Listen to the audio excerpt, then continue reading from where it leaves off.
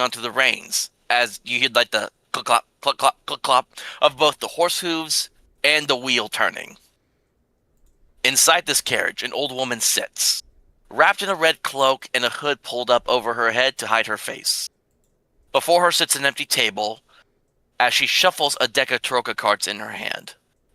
There is a great change coming to our lands, she says, as she draws the first card and sets it on the table. The Shepherd. 4 warriors shall come and bring light back to the land of Barovia. She draws a second card and places it above the first, the Avenger. A champion that seeks to redeem his namesake. She draws a third card, placing it to the left, drawing the Necromancer. A lost soul from below who wants to find her way once more. She draws a fourth card and will place it to the right of the first, the Ghost. A child of 2 worlds who seeks answers that he cannot find. She draws the fifth and final card from the tarokka deck, setting it beneath the first, the Marionette. A young woman who serves a greater power, though she herself has yet to know. And as she looks over these 5 cards that are laid out on the table before her, the camera we see as the camera kind of zooms in onto the Marionette card, and the scene then shifts as we introduce our first character, and we see a young Dhampir woman sitting in the back of one of the Fasani carts as she's just kind of riding along with some other passengers. Miss Bunny, introduce your character to us and kind of give us a short description of what she looks like. Alright, well, Kannah is, she has bright orange, very short, cropped hair. It covers one of her eyes, but she does have bright blue eyes, thanks to her mother. She wears like a fur, what's it called, like a fur cloud top with a fur hood along the chin. She's just in shorts and thigh-high boots. Yes. So as you are sitting in this cart, and you feel kind of like the bump as you go over like the dusty, mainly mangy road that the Fasani people are traveling on to get back to their land. Mm-hmm. In your hand, you would be holding a letter, and you have received this letter at least several days ago. And as you pull it out again, the letter reads this. Hey, give me a second while I pull it back up because I wrote this all out. The letter you read says, "My dearest Zana, I send you this letter with joy and curiosity. I was most certainly surprised, yet also ecstatic, to hear of your existence in this world. I know that you have been raised by your mother for most of your life, with no knowledge of who your father is. However, there is much about your father that I am willing to share with you. Please join me at Castle Ravenloft for dinner, and I will tell you all that you wish to know. Sincerest regards, Countess Maria Strahd von Zarovich." Okay. And I just kind of give us a little bit of like what's going through your head as you're reading this letter for probably like the upteenth time. Right. Well, she's obviously confused, seeing as her mother never mentioned her father, not once. But she does remember her grandfather being angry about the mere existence of her father. So she's definitely confused. And when she's confused, she plays with her rosary that's around her neck, that her mother gave her. Um, yeah, she's just confused, tired, definitely curious at this point, because why took her father upset about her father, so yeah, just tired from traveling, but that adrenaline is still like pumping inside of her. All right. So as we kind of get this glimpse of you, and the camera kind of ponders away as we see this line of Asani just still kind of just traveling on, the camera shifts a little bit, and we kind of go back maybe a couple days prior to this moment, and we come upon a tavern in a city not far off from where some of these events are about to take place here shortly. And the tavern, people are drinking, eating food. There's an argument happening in the corner as two people are arguing about cards. But sitting at a table by herself, we see a drow woman clad in armor, and she's just a mug in one hand as she's just kind of sitting there by herself. Valkiria, introduce us to your character. Okay, so as known, I'm definitely a paladin. Pretty much drinking all by myself. Not really with my lord anymore, due to being disgraced in that. I normally take on jobs here and there whenever I can, and I definitely just enjoy the tavern life more than anything. Yes. Wanna go? Oh, no, go ahead. I'm sorry. I didn't mean to interrupt you.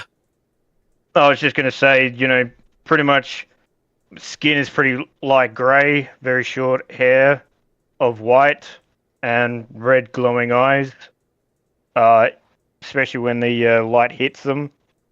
Mostly very masculine, and pretty much got several scars over me from all the times I've served with my lord. All right. So, I think we said that you have been just kind of been traveling around. You find work here and there, and you had just finished completing a job when you're at this tavern. So you kind of been messing with the coin on the table as you're just kind of clicking it probably between your fingers. When a man walks in, and usually you probably wouldn't care about someone just randomly walking into a tavern. If it wasn't for about how gaudy this man looked, like he's got like kempt hair, a beard, full beard, and all that, but his clothing is very bright and eccentric, like almost like kind of similar to like a traveling performer. And he's kind of looking around, just kind of taking in all of this everyone in the tavern, which despite you looking at him, no one else is paying this man any attention. But then his eyes land upon you, and he smiles and walks up to your table. And when he approaches you, actually, I guess give me what's kind of going through your mind as you're seeing this man approach you. Well, as I look at the individual, seeing that no one else is looking at him, I kind of would actually my brow would be pretty much raised, considering that the individual seems very interesting.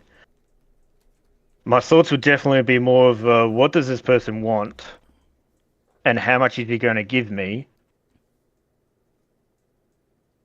and hopefully it will pay for the bills for my next meal. So as he comes up to your table and he remains standing, he does not sit down. And he's holding a letter in his hand. You didn't notice it at first until he came closer to you. Now you see this letter in his hand. And this man just kind of looks at you, he's like, "Ah, you look like a well-traveled, strong, capable warrior. Perhaps you would be interested in a job."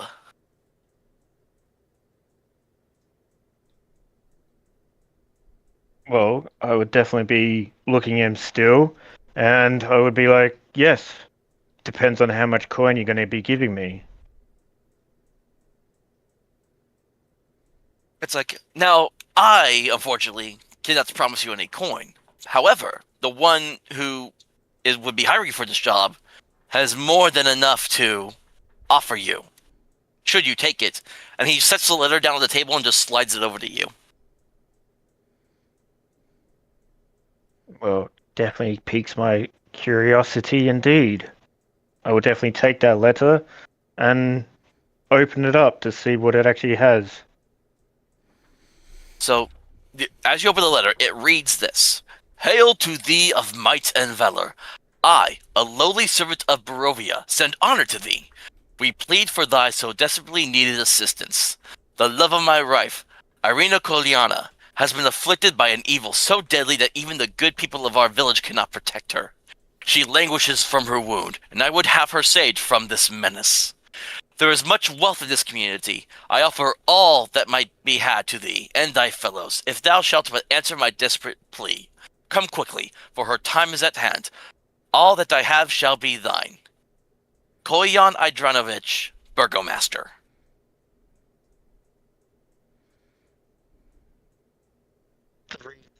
I would be turned to the guy and say, "You definitely have my help." And the man just smiles, and he does like one of those, like when the gesture would bow to you, he just kind of does the, then maybe I shall run into you again at some point. Fare thee well. And then he just walks away.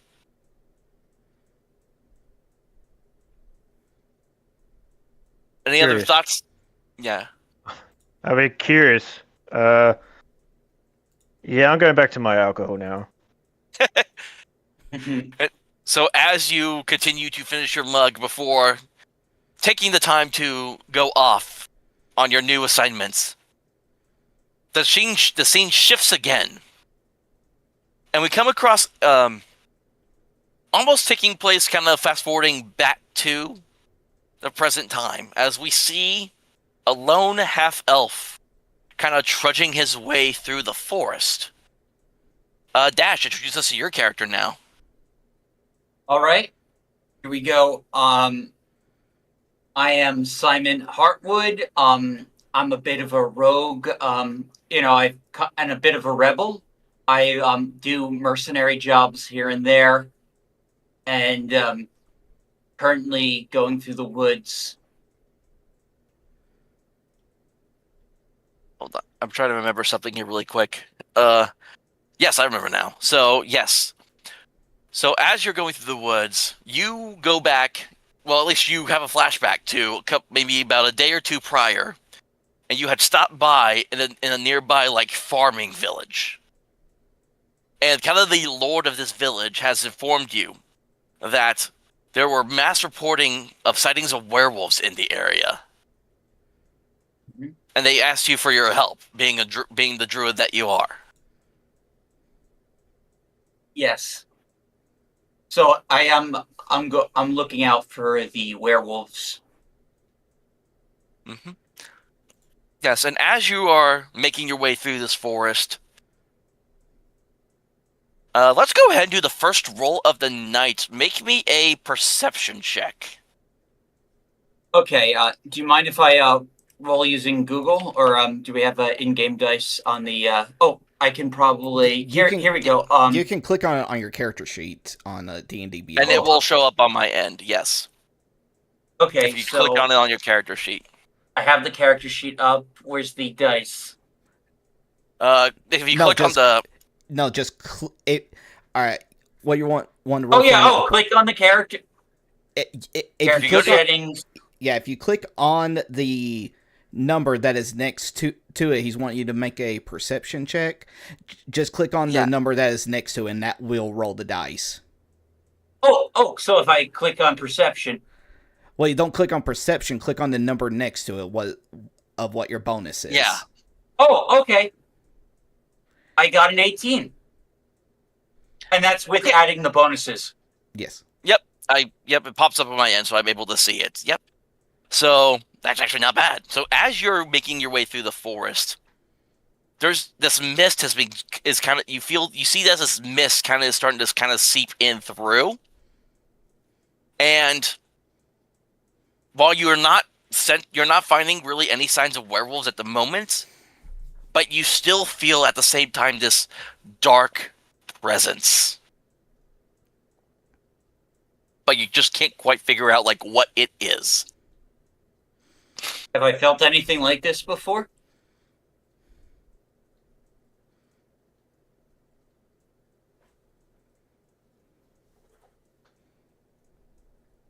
Maybe faintly, but not to the extent that you're feeling it right now.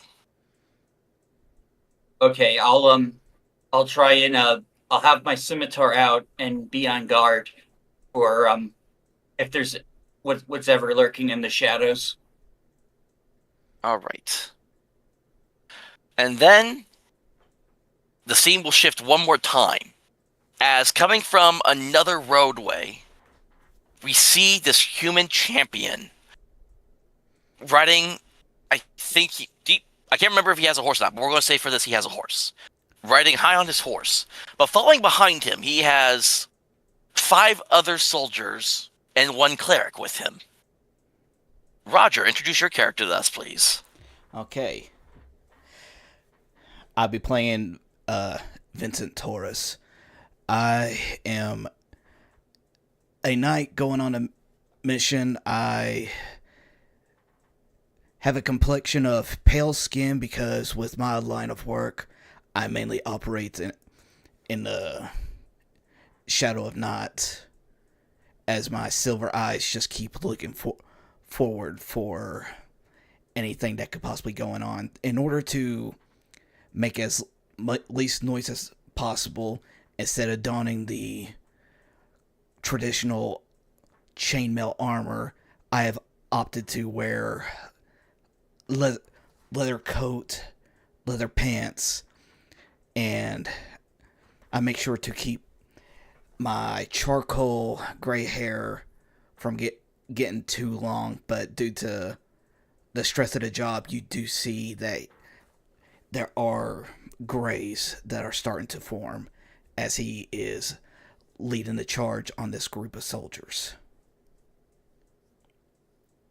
All right. So as you are leading this band of the other knights and a cleric with you, we flashback again day or two prior, and you are before your lord, and your lord has also received a letter himself. And the letter reads this: "Hail thee of might and valor! I, the burgomaster of Barovia, send you honor with despair. My adopted daughter, the fair Irina Kolyana, has been these past nights bitten by a vampire. For over 400 years, this creature has drained the lifeblood of my people. Now my dear Irina languishes and dies from an unholy wound caused by this vile beast. He has become too powerful to conquer. So I say to you, give us up for dead and encircle this land with the symbols of good. Let holy men call upon their power, that the devil may be contained within the walls of weeping Barovia. Leave our sorrows to our graves, and save the world from this evil fate of ours. There is much wealth entrapped in this community. Return for your reward after we are all departed for a better life. Kolyan Idriovich, Burgomaster." And the Lord is like reading this from a message after this messenger just hands it to him. And we see like your Lord stand up, and he is like, "I cannot just stand idly while other people are suffering." And he calls upon your name, Vincent. And you just kind of, and I guess you just kind of like make your way up to him. Yeah, he just walks up and he's just like, "Yes, what can I do for you, my lord?" It's like, I believe, despite your misgivings, I have a way for you to redeem yourself, and be able to honorably, what's the word I'm looking for? Honorably restore your rank. That's what I'm looking for. You shall take one of our finest clerics and several of the other knights, and you are to go to this lad called Barovia and help them out, however that you may see fit.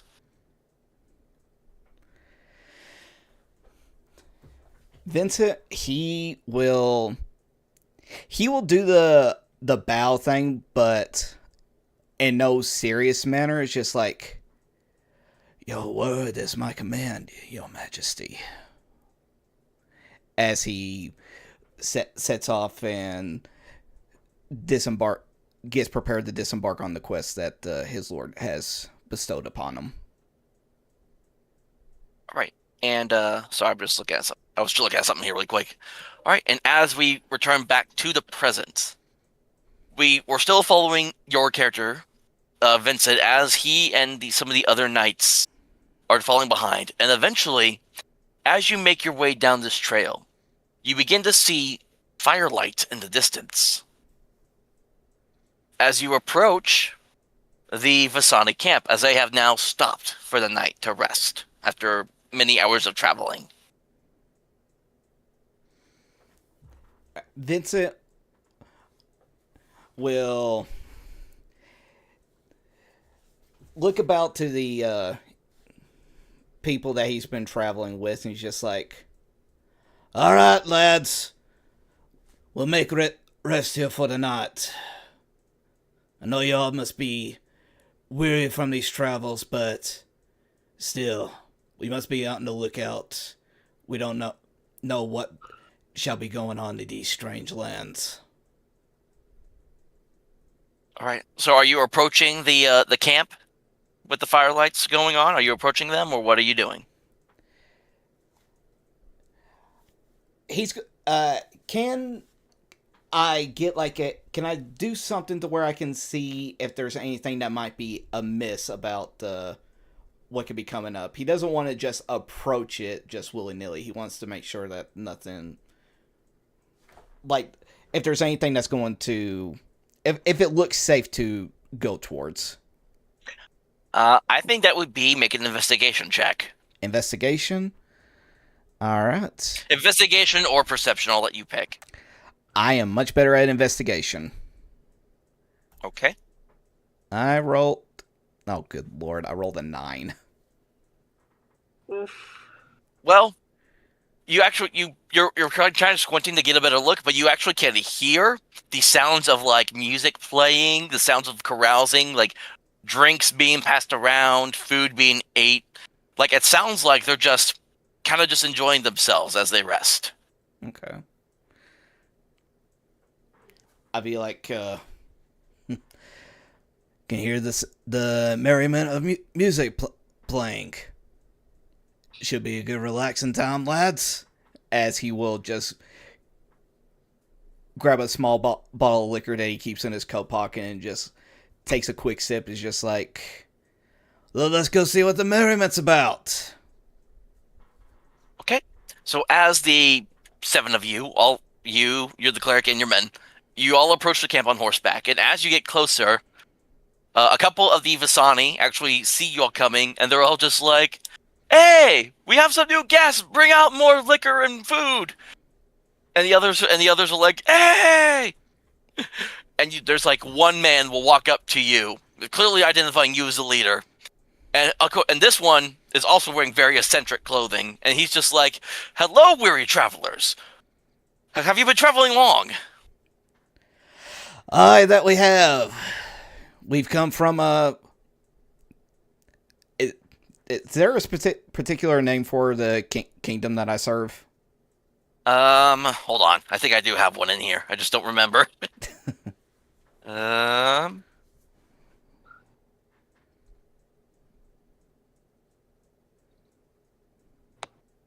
on a second. I'm looking. No, you're good.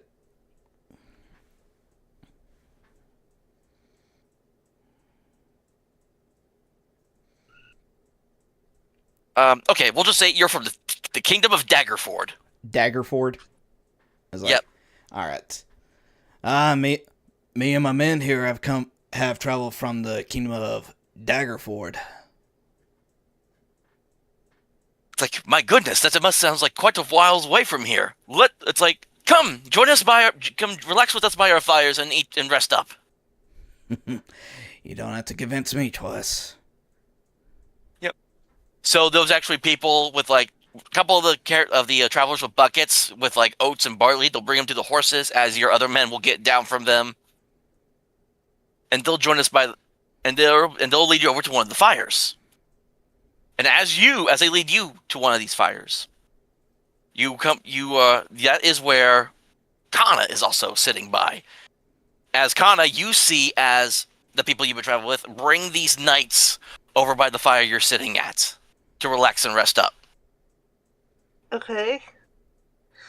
She immediately tenses up and pulls on like almost like a mask over like her nose and mouth area, and like angles her body away from him as he approaches.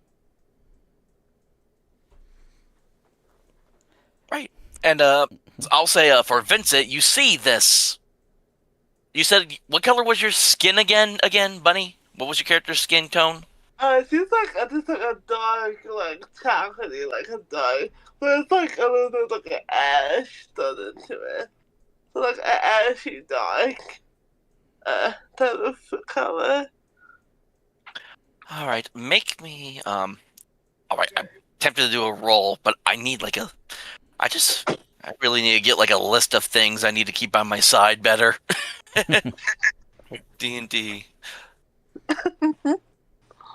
Look at the skill list for 5e really quick here. Okay. So let me see here. Because I know I want to make you a roll. I just can't remember what skill it would require. For me or Vincent? For Vincent. Okay. It might be like perception, probably. I wasn't thinking perception. I'm thinking it's more along the lines of, it's not really a straight intelligence check, but I don't know if it would be history or not is the other thing too.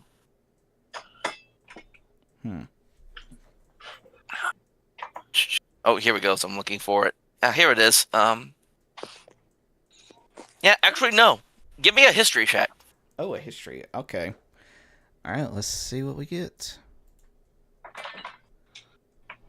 Oh my god. My rolls are terrible today. 3. Okay. So she just looks like another one of the travelers to you. Nothing really stands out about her as you sit down by the fire. I'll say like you're both across from each other at this moment as you and your men sit by the fire. All right. If that's going to be how it is, then would she be all right, Bun? Would she be having anything in her hand to drink or eat or whatnot? She will have a mug, but she'll have a full plate of food to stay right next to her. Like, not even touched yet. Okay. I feel like I guess I would be able to notice that just fine, wouldn't I, Hunter? Or just Yeah, by the firelight, you see the mug, you see her food. Yeah, okay. That's easy to say. And like by this point, like the other travelers, they're bringing like they roll like an actual barrel to you and just start like just scooping the ale out with mugs and handing them out to you, and just tossing basically not like the huge drumsticks, but just like smaller versions of those drumsticks with the bone on the end, just tossing them to you guys, and your knights are just catching them in the air and just chopping into them. Oh yeah. Vincent will have it. He'll go in for a bite, and then he'll look to see that the woman that's across from him is not eating or drinking. It's just like, not much for the festivities, are you, lass? It kind of takes her a second, but she kind of like looks up at him. I'm sorry. Pardon? Oh, well. It just seems like everyone here is having a merry, joyful time. I can see that you aren't eating or drinking. I can only assume that you aren't one much for these joyful get-togethers. Ah, well, see, sets the mug down next to her full plate, and kind of like, you know how royal still was sideways? So they're kind of sitting like sideways, just like that. Okay. Well, unfortunately, I am not accustomed to these type of festivities.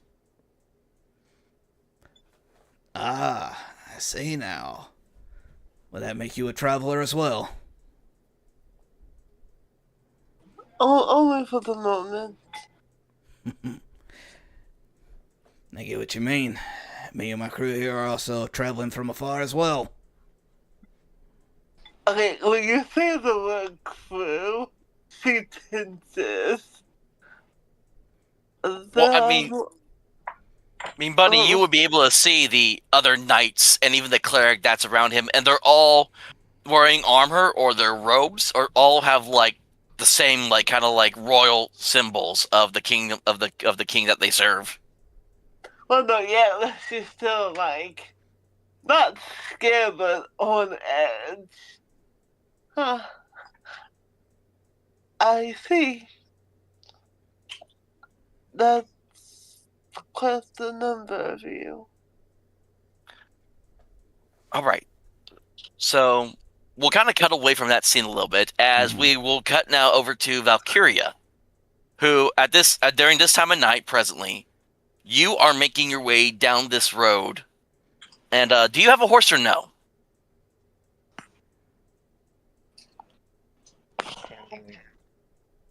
Me? Valkiria.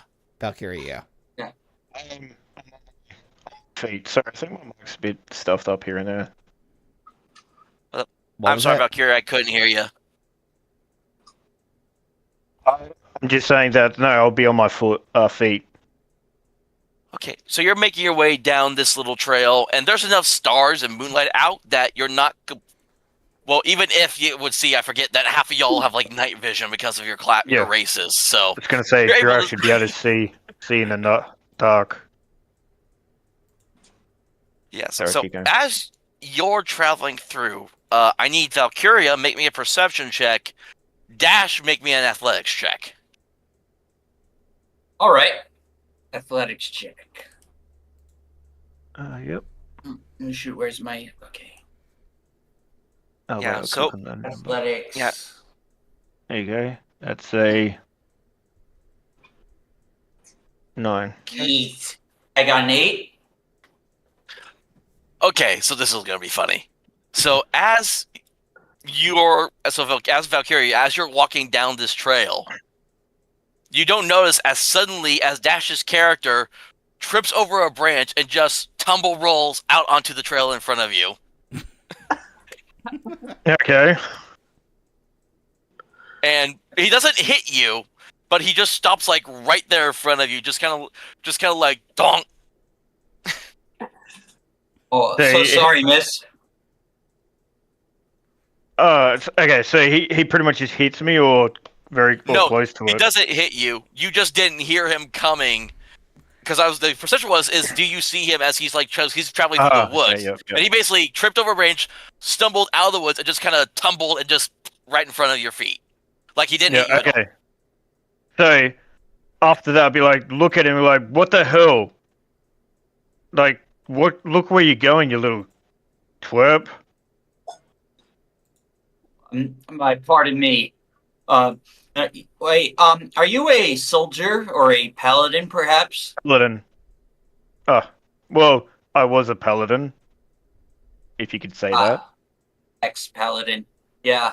What happened? Did you get sick of your lord? I don't really much like lords myself. No, well, let's just say my lord wanted something to get done, and I disagreed with it. So, That's about it. Nice. The name's Simon Heartwood. Oh, nice. Valkyria Winter. And I do a little bow, but more sort of like a what's the word for it? A taunt Curtsy? sort of thing. Yeah. So like I'm doing the taunt, but it's more of a jest at it at the same time. Yeah. I heard I was sent here because of reports of werewolves in the area.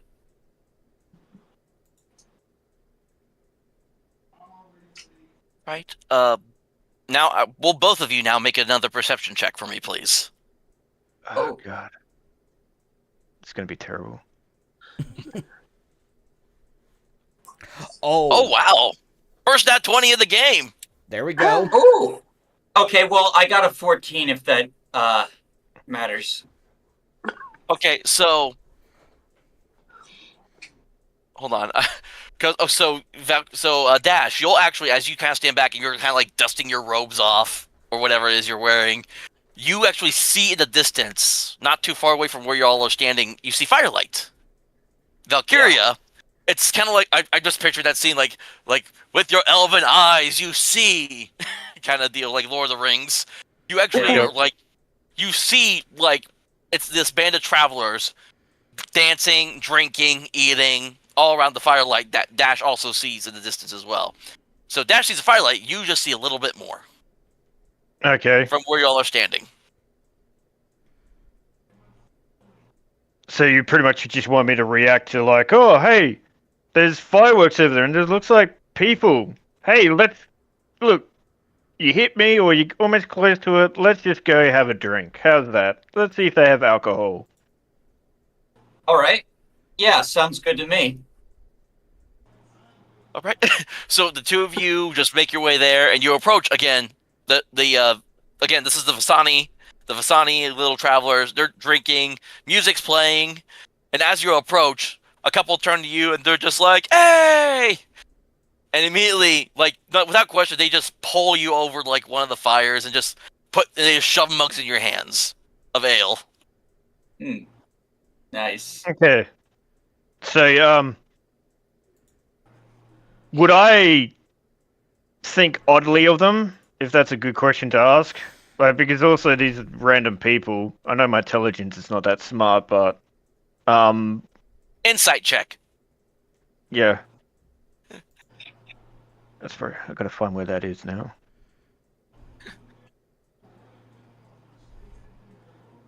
I think they're all listed alphabetically on there. the character sheet. I think. Yeah, they are. There we go. So an 8. You just think it's just another. I mean, they're also all dressed eccentric, like the guy that gave you the letter at the tavern like a couple days ago. Yeah. So you're just kind of like, oh, they're just all resting up and having a good time after a long day of traveling. Okay, so pretty much just grabbed the ale, smack Dash's character on the back and said, hey, you know what? Let's just forget it. Let's drink. Cheers! Cheers. I take a sip of the ale. All right. Yeah. Yeah. It's actually like it's like very good stuff. Like nothing from a tavern could beat what you were drinking that these people gave you, basically. Yeah, this is very good. This is like some of the best ale I've drank in quite a long time, like since that the last heist I did. Yeah, honestly, if my intelligence was higher, I'll probably think about it, but I'll just drink the ale and go, oh my damn, this is awesome.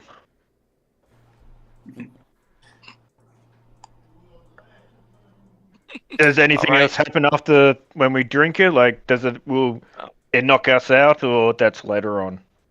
Well, it just ale? I wasn't gonna say it, but now I need everyone to make a Constitution save. Oh no, jeez. Okay. And all right. That should be like if you go to like the main sections, yes, con save. So I got a 15. okay, so you're good. I got That was 22. Oh, You hit con check on accident, Valkyria, but I'll allow it for this time. Oh, whoops. So Sorry, I thought that's well, what you said. Bun rolled the nat There's 20. yeah, so Kannah is just like she's I rolled she's an just she's just downed it. Oh yeah, so you're all I rolled good. an 18. Like you get like a little buzz, but no one's getting over the top, basically at this moment. And I am trying to find something here because I see something, and I'm just trying to read it. The other thing is, does Dash and I see the other two, or is just we're only mingling with the people at the moment? Yeah. There's like several fires kind of all around. Okay. And there's like, but you would see, I don't know about if you notice Kannah, but you definitely see the human knights and the cleric definitely at a fire, maybe like a few feet away from you. Okay. And of course, if you're wanting to know, Kannah would be sitting at that same fire with the knights too. But I think probably the knights probably just stand out a little bit more for the travelers. Yeah, because that's the thing about Vincent is that he's, like I said, he's not dressed like them. So if you didn't know he traveled with them, you would probably think that he didn't arrive here alongside them. Yep. So it's pretty much if we actually looked around, we would only see your band and go, okay, they're knights, and then if we saw you, we wouldn't really be able to tell that you're with them. Is that what you're saying? Not like the only way that you'd be able to tell is if you looked at him and like. Yep. He also would be like wearing kind of like a cloak, and you know how like they got like the button that holds the cloak in place. It would have like a pin of like the symbol of the kingdom. But that's if we're really good with our eyesight to look at. But okay, I get what you mean. Yeah. Sorry, Hunter. I was just asking a question. That's all. Oh no, you're fine. So I'm just doing some stuff here really quick. I don't know if you have the VTT open on the thing or not, but I'm putting you guys kind of around here and there. What the? Okay, so I had. Oh, yep, I see. Yeah. Nice. Yeah, I'm just moving the tokens around, so if I can actually select them all and move them. Okay, here we go. You all should be able to move your own tokens as well. I'm just kind of putting you all in the general area to start with. Okay. Okay, yeah, I can move mine. Okay, as you all are sitting around, you actually see as one like an older gentleman, kind of scrawny. He's like holding onto a cane, and you hear him like, "Gather round, friends, gather round. Let me share you a story with y'all." And you actually see as everyone, the music kind of stops, and it kind of come in the sounds kind of die down as everyone starts to crowd around like one fire. Yeah, Kannah doesn't move. She stays put. Yeah, Vincent would just be listening to the old timer, but he'll still be drinking and eating. All right. What about you, Dash and Valkiria? What about you two? I'll just be enjoying my drinks, but I'll be keeping an eye on my surroundings, just examining like the bar itself, because this is a new place. Oh, Okay. I would be still drinking and probably looking at Dash, wondering what's he doing? Like, why is he here? Yeah. Why are we here? Yeah, so yeah, just dwelling in the alcohol, I should just say. And you see like there's like a couple like little children that are running around with him, and they're all just like, "Oh man, Stonimer's telling us a story again." And the old man, who now you know is the name Stonimer. You see, Stonimer fills his mouth with wine, then spits into the fire. The flames turn from orange to green. As they dance and sway, a dark shape appears in the bonfire's core. "We come from a land whose name is long forgotten, a land of kings. Our enemies forced us from our homes, and now we wander the lost roads." The dark shape in the fire takes form of a man being knocked from his horse, a spear piercing his side. Stonimer continues, "One night, a wounded soldier staggered into our camp and collapsed. We nursed his terrible injury and quenched his thirst with wine. He survived. When we asked him who he was, he would not say. All he wanted was to return home, but we were deep in the lands of the enemies. We took him as one of our own and followed him back toward his homeland. His enemies hunted him. They said he was a prince, yet we didn't give him up, even when their assassins fell upon us like wolves. Deep in the bonfire, you see the dark figure standing with sword drawn, fighting off a host of shadowy shapes. This man of royal blood fought to protect us, as we protected him. We bore him safely to his home, and he thanked us. He said, I owe you my life. Stay as long as you wish, leave when you choose, and know that you will always be safe here. The figure in the dancing fire vanquishes its final foe, then disperses in a cloud of smoke and embers. Stonimer's face becomes a somber mask. A curse has befallen our noble prince, turning him into a tyrant. We alone have the power to leave his domain. We've traveled far and wide and to find heroes such as others to end our dreadlord's curse and put his troubled soul to rest. Our leader, Madame Eva, knows all.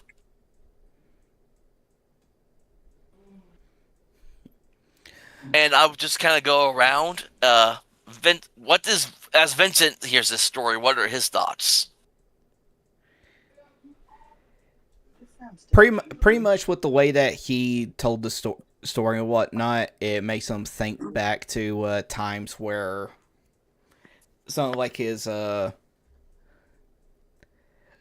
like into his younger night that days and everything, just imagining some similar stuff that was talked about in there, and he just has like this still smiling but like sorrowful look on his face of times that have long since passed. Right. And Dash, what does Simon Heartwood think about as he's listening to this story being told?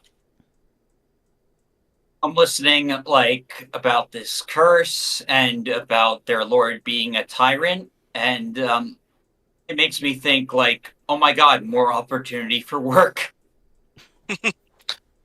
All right. Valkiria, what are your character's thoughts? I was going to say, damn it, Dash is almost what I was thinking as well.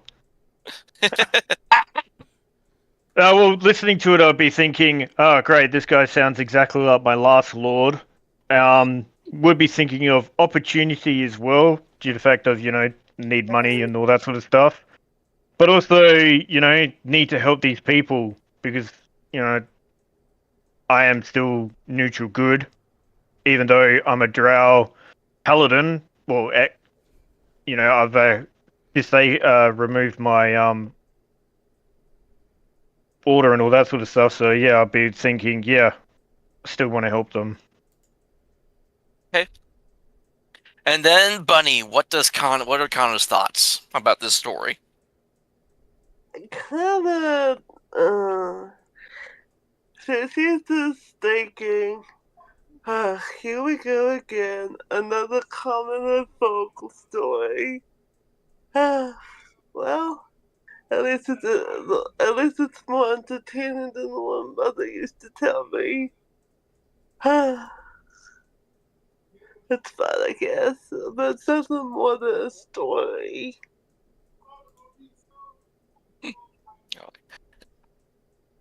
All right, and and as the story ends, everyone kind of goes back to eating, drinking, music playing,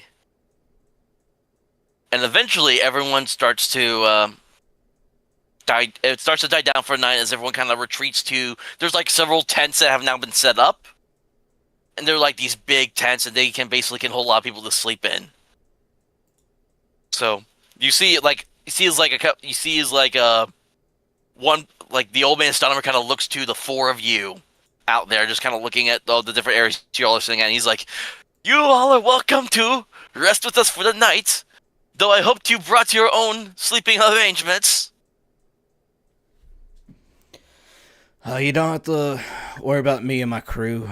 We always make sure to tell them to come prepared for such as times as these. But we do appreciate you allowing us to at least stay in the vicinity. All right. Does anyone else have anything else they want to say or add to before we continue? I'm good. No, I won't. I won't say what I was thinking then. But yeah, no, all good. Nope, she just she does get up and kind of goes off into like like just further away from the tent. Right. What about you, Dash? I'll probably see if I can like maybe find a tent for myself. If there's any open. I think it'd be safe to say you all have like your own little bags or tents. It'd be safe to say. So you kind of have like your own little like your own little like one-person tent you can quickly just set up. Yeah. I do think I will probably like ask some of the people about any werewolf sightings if they got any clues on that. Um.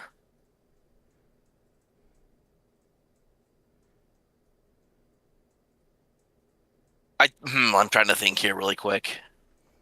I think you just probably just like a younger gentleman. Kind of, you just stop him and you ask him this, and he's just kind of like, "Well, we know there have been reports of some werewolves. We have not encountered any on our travels." Oh, great. I mumbled to myself. Thank you so much, sir. Okay. All right, but And I was gonna say before we continue, I basically want to give like a message to the rest that follow me and everything, and just tell them that that we don't know, since we don't know these lands, that we'll be taking turns like keeping like a night watch and everything, and I'll assign each of them of when it'll be their time to take over, and I'll be taking over the first watch. so your character's taking over the first watch. Yes. Okay. Since I'm the leader, it should be up to me to be able to take over the first watch as I let my men rest up. Okay, this is going to be interesting. All right, so your men kind of set up their own little tents as they prepare to start resting for the night. Everyone else, you all do the same if that's what you do. Is there anyone else? Anyone else staying up at all? Or I would probably. Oh no. I was just going to say I'll probably have a couple more drinks, sit by the fire, and just look around the place. That's about it. But just sitting down and just like, just moving my head around, seeing what's around the place as I drink. Okay. Yeah, no, Kannah is definitely staying up. So yeah, he doesn't trust anyone like at all while she sleeps. So yeah, she just stays awake. All right. Everyone make me wisdom saves, please. Oh my god, okay. Of course, it's the one I'm that gonna I'm hate bad you at. soon, aren't I? Oh, no. Okay, wisdom save. Okay. Oh fuck. Okay, here we go. Like I said, everybody make sure they say what it is that they roll. Oh, I got yeah, a 17. 19. Alright, but I got a Okay. 19. Come on, please, please, please. Oh, son of a bitch, I got an 8. Ooh. So, And Valkyrie got a 13. Yep. I see that. I'm trying to think. Were So, we Vincent- not meant to stay up? So, here's what's going to happen. Okay. Vincent, you take first watch. Mm-hmm. And you don't know why or how. But several minutes later, you fall asleep. I probably drunk way more than I thought I could handle. Valkiria, you also end up falling asleep. Nice. Or just fall down and plonk somewhere. But Right. for Kannah and Simon, though, Yeah. the both of you see as suddenly this heavy mist just rolls in Oh. and just completely covers this campground, like to the point where you can't even it's so thick you can't even see in front of you. Okay. And okay, no, the two of so only for Dash and Bunny because your characters are both awake. Make me Arcana checks. Arcana. Okay. Arcana. Where are you? There you are. Oh, I got an 8. Damn. Okay, Dash Arcana? Okay. Arcana check. Yes. Oh, yeah. 2. Oh my god. So both of you have just no clue what's happening Okay. as this like you both can't you're both awake but you couldn't even be able to see each other through this mist. Okay. And so what are you both wanting to do? Okay. Question. I have a question. Yes. As a, well, they don't know this, but as I have, for the player that I am, do I have, like, heightened senses, like smell, hearing, or no? I would say to an extent yes, but I would still make your roll for it all the same. Okay, can I see if she can smell or hear? No, let's do here. See if she can hear anything, like maybe in the mist. Make me a perception check at disadvantage. Okay. So For you should this, be you're- able. I think if you hold it down, it'll give you the option if you want to pick advantage or disadvantage. I think. Oh, Well, I okay. got a 5, so. Well, roll again. Yeah, roll 'Cause you- again. 'cause you might Disadvantage get is an- you roll. Because you might get Yeah, worse. you roll twice. You roll twice to take the lower on a disadvantage check. Okay. Oh, I didn't know they had disadvantage. Oh, okay. That's new. 2. Wow. Oh yeah. So No. you're trying to sniff, smell, hear, whatever, and this mist is just there's something about it that you can't pick up anything. Okay. Dash, is Simon trying to do anything? Okay, I am going to cast Druidcraft to see if that helps me predict the weather effects All right. around the area. Remind me again how read me how Druidcraft works. What does it say exactly? Well, for the particular effect, whispering in the spirits of nature, you create one of the following. You create a timely, harmless sensory effect that predicts what the weather will be at your location for the next 24 hours. The effect might manifest as golden orb for clear skies, a cloud for rain, falling snow for snow, and so on. This effect persists for 1 round. Okay, so and you don't do you have to roll for it or you just cast it? I just cast it. It's 1 action. Okay, and remind one more time what are you trying to do with it again? I'm trying to see if it's a natural weather phenomenon. So you cast that and immediately you know this is not natural. Nothing about this mist is natural. And again, it's so thick you can't even see through it. All right. I'm going to get out of my tent and see if I can find anyone who's still awake. Can I see Kannah?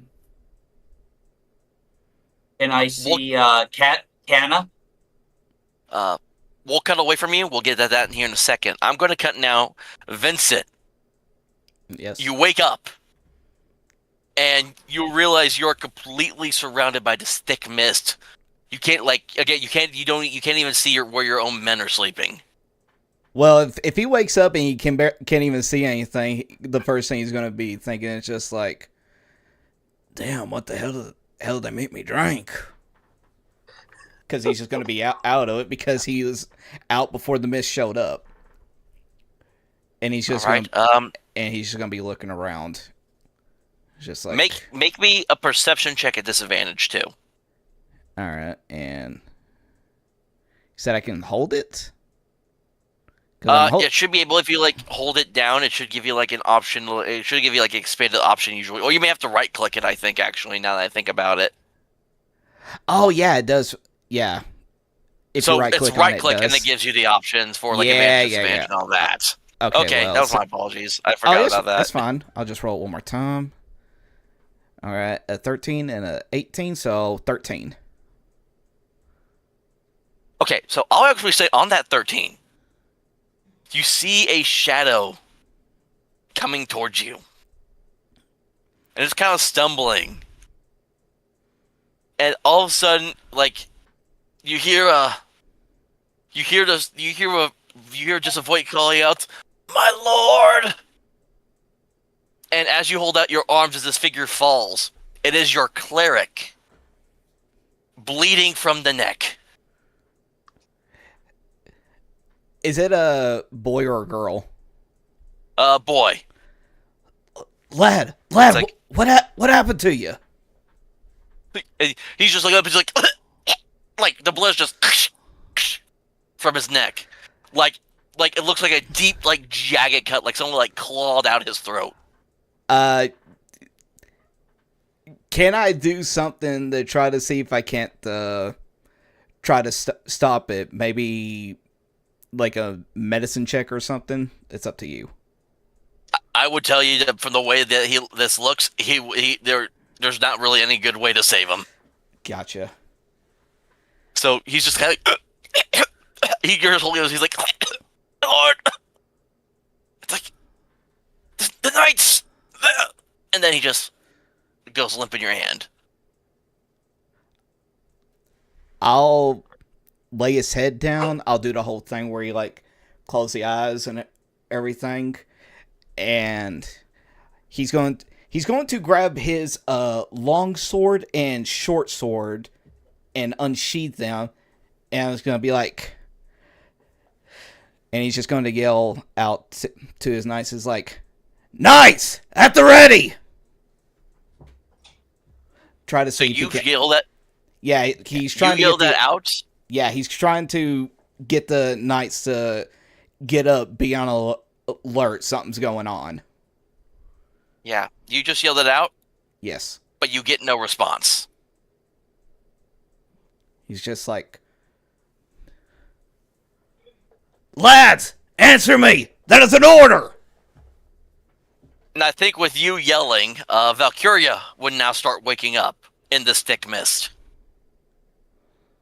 Okay, so I wake up. So does that I'm gonna be either drowsy or something like that, correct? I mean, if you want to be drowsy, you can. That's up to you. Okay, well, so I wake up and I hear someone shouting. So I'd actually hear. So I'll say because it's funny. Despite that, you all can't see each other in the mist. You're actually not that far away from each other. And so you can hear, but you can't really quite see at the moment. Okay. I'm just thinking, sorry. Yeah, so I wake up, hear someone shouting. I would actually probably pull out my axe and my shield, because I have no idea what's going on. Everything looks oddly weird, and I will probably cast, where was it again? Divine Sense. So this is as an action, you can detect good and evil until the end of your turn. You can sense anything affected by the Hello spell, or know the location of any friend, undead, what's this word? Celestial, within 60 feet. This is what's that? That is not behind total cover. You can use this feature 4 times for long rest. So you cast that and instantly. You detect 5 dark presences. As Vincent, you actually begin to start seeing another shadow kind of walk towards you.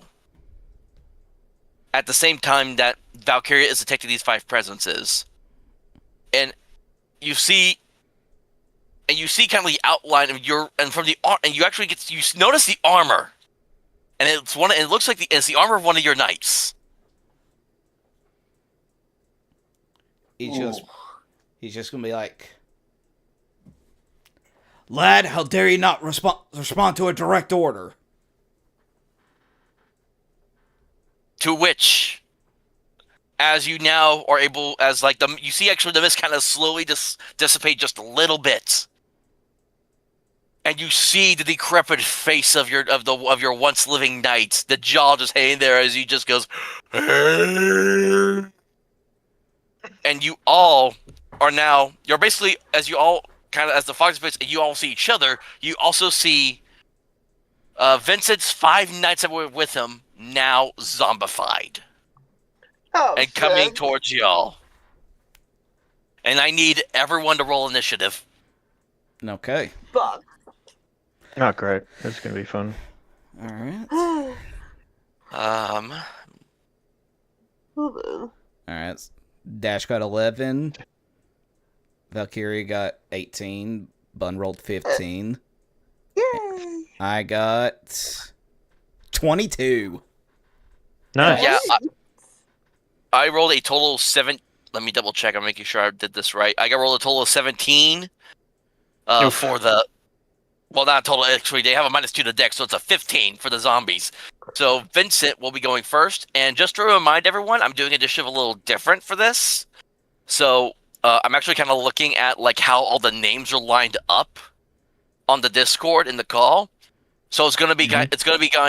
So we'll start with Roger, but instead of trying to figure out like the initiative order for everyone, we're going to be going like almost like clockwise around the table. So it'll go Vincent, then the monsters, Valkiria, Kannah, then Dash, and then Vincent will be top of round. Okay. All right. So again, Vincent, for up first, you are surrounded by five zombies that all are wearing the armor of your knights. All right. Pretty much he will be horrified by that, but seeing the state that they're in, he knows that they will prefer it if their bodies weren't being used like that, and he's going to attack the one that he first saw. Now, one thing I do want to mention is that for my fighting style, I did pick a 2-weapon fighting. When you engage in 2-weapon fighting, you can add your ability modifier to the damage on the second attack. That's why I'm wielding. Okay. That's why I'm wielding a long sword in one hand and a short sword in the other hand. All right. So, yeah. So I guess you don't have the map open on the stream, but I got it open right here. So you got a. Yeah. So you're able to still move, because I think these squares are like 5 feet on the map. So you're able to like move and go at the zombie if you want to. All right. Is the one that you were just moving? Is that the one that I saw from the mist? That is the one you. Yeah, that is the one you saw. I will say that. Okay, so he will run up there, getting ready to, and he's going to swing his longsword. Okay. I Roll your attack. rolled a 15. That will hit. All right. Dealing 7 damage. Okay, so what type of damage? This will be slashing. Okay, so something actually interesting happens with that. So you immediately, as you swing your sword out, you decapitate the zombie's head. Ooh. However, the body is still moving. Ooh. And the head is just kind of laying on the ground, just kind of like... Okay. All right, All is right. there anything else you want to do for your turn? All right. Now, because of me doing 2-weapon fighting, does that mean I get to also make an attack with my short sword or no? Does it say that is the question? Does it say you can make a second attack with your short sword? Okay, well, it says like I said, it when you engage in two-weapon fighting, it's like I can look it up real quick. How does 2-weapon fighting work in D&D? Because I almost want to say yes, but I want to be absolutely sure. Oh, okay, this is what it says. You must attack with a light melee weapon in one hand, then use a bonus action to attack with... Oh, they both gotta be light. Damn. Oh, so you have to hold 2 light weapons, so you would be attacking with your main action and your bonus action for the second attack. Okay. You know what? I'll say I'll go. Don't worry about that. I'll say if you want to, you can use your bonus action to make that second attack if you want, since you got the feat.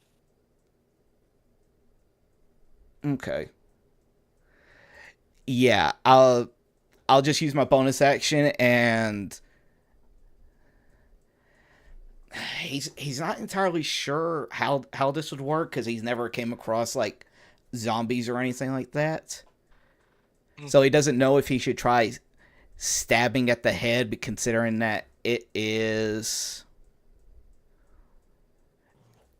seems to still be operating, but would it still be connected to the main body is the question. So he's going. So what he's going to do is he's going to use the short sword, and he's going to stab the zombie in the head. Okay. All right, short sword. I rolled an 11. That will hit. Dealing... max 9 piercing damage. Okay. I'm just writing stuff down here, so... Okay. So I'll say you, like, stab right into the head as you bring your short sword? Yes. Yeah, like it's like and then you and it just stops. Do I notice the main body still moving on its own? Body still moving. Okay, so it ain't like Resident Evil rules of aim for the head. Yeah, definitely nothing like that. Okay. So, is that your turn? Can I do like a free action to tell everybody it's just like to just say like everyone do as much damage as you can to the body. The head does nothing. Yeah, that's a free action. I'll allow that. So you all hear Vincent say that. Mm-hmm. Okay. And I end my turn. Okay, so it comes to the monster's turn now. And I will say, because it's lost his head, he still gets to make 2 claw attacks, but they will both be with disadvantage as this headless zombie tries to claw at you. Okay. So, hold on, let me see here. Okay, claw attack. Here we go. Alright, so the first one is a 21 to hit. And that's with disadvantage? That is with disadvantage, because I rolled a 19 and a 16. Holy shit. Well, yeah, that one hits. So that is good. So the first hit is going to be... The first claw will hit you for only 3 points of slashing damage. Alright. So just remember, guys, if your armor allows you to like if you have like any sort of resistance for other damage types, that's halved. So it would be halved to 1 if you have resistance against slashing. And then the second attack. You got lucky because I rolled a 20 and a 6. Okay, So the second attack will be that's a 9 to hit. he misses the second attack. All right. So you're able to dodge out of the way of the other claw. Okay. And then Kannah, you see as one of the night zombies comes up to you, and because this one still has his head, it gets to make 2 claw attacks and 1 bite attack. Oh shit, okay. All right. So rolling 3d20s. So I have the 2 claws will be 9 and 4, and the bite attack will be a 19. Oh my Oh god. shit. The claws miss, the bite hits. Okay, and that bite will deal, as you feel it just kind of like go in your shoulder, dealing 4 points of piercing damage. Oh damn, okay. It's not too bad, okay. Okay, Valkiria, another zombie, comes up to you. Like also doing 1 bite, 2 claws. Yep. So I got 2 21s for the claws and a 10 for the bite. Wow.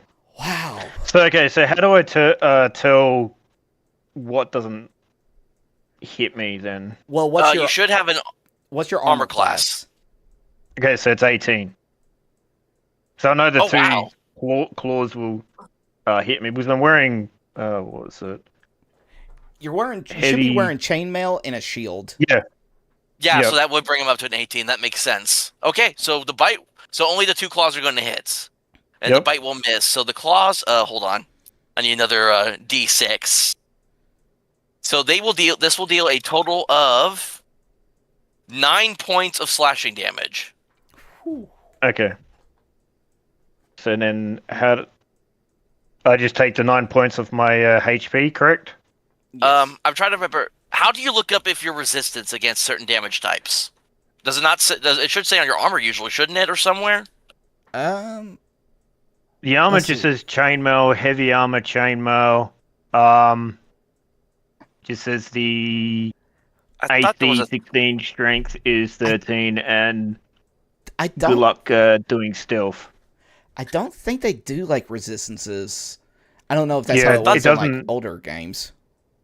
Yeah, it I just know- says like shield, and then shield just adds extra +2 to AC.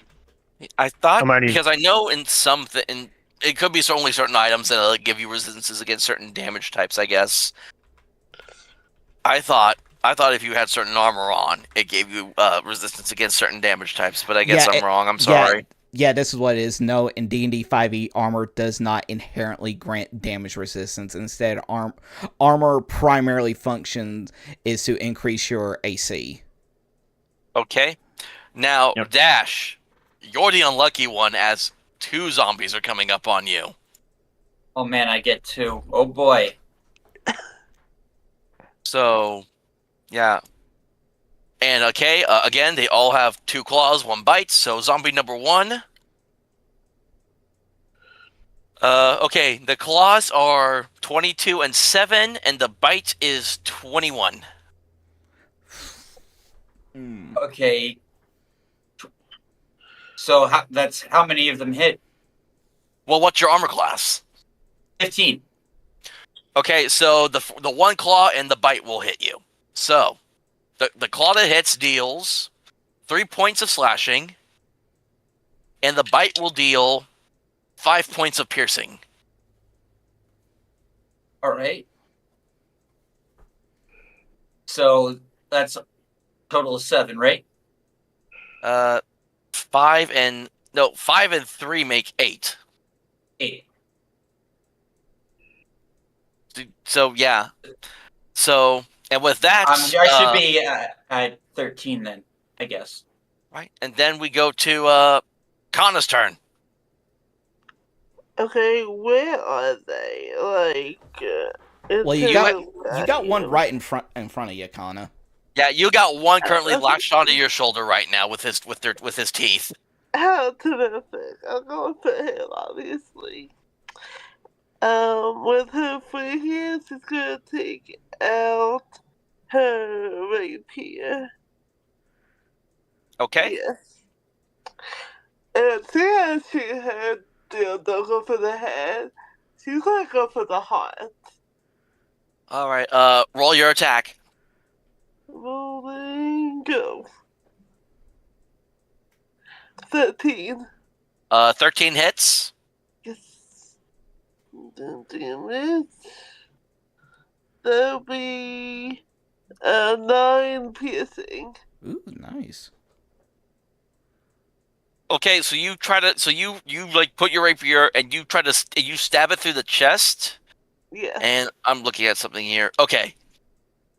But it lets it go of your shoulder, but it's still moving. Okay, so the chest. So the heart didn't do anything either. Okay. Damn. She's going to, even though she hates doing this, she's going to scream to the others. The heart isn't a weakness either. As like a free action, I suppose. Okay. Is that going to be your turn then? Yes, because I can't hide nowhere, so yeah. All right. Then dash. Oh, I'm sorry. I completely didn't realize I skipped Valkyria. I'm sorry. Should have been Valkyria after me. I'm sorry. So go ahead and take your turn, Valkyria. Oh, it's all good, mate. It's all good. Okay, so I'm gonna grab.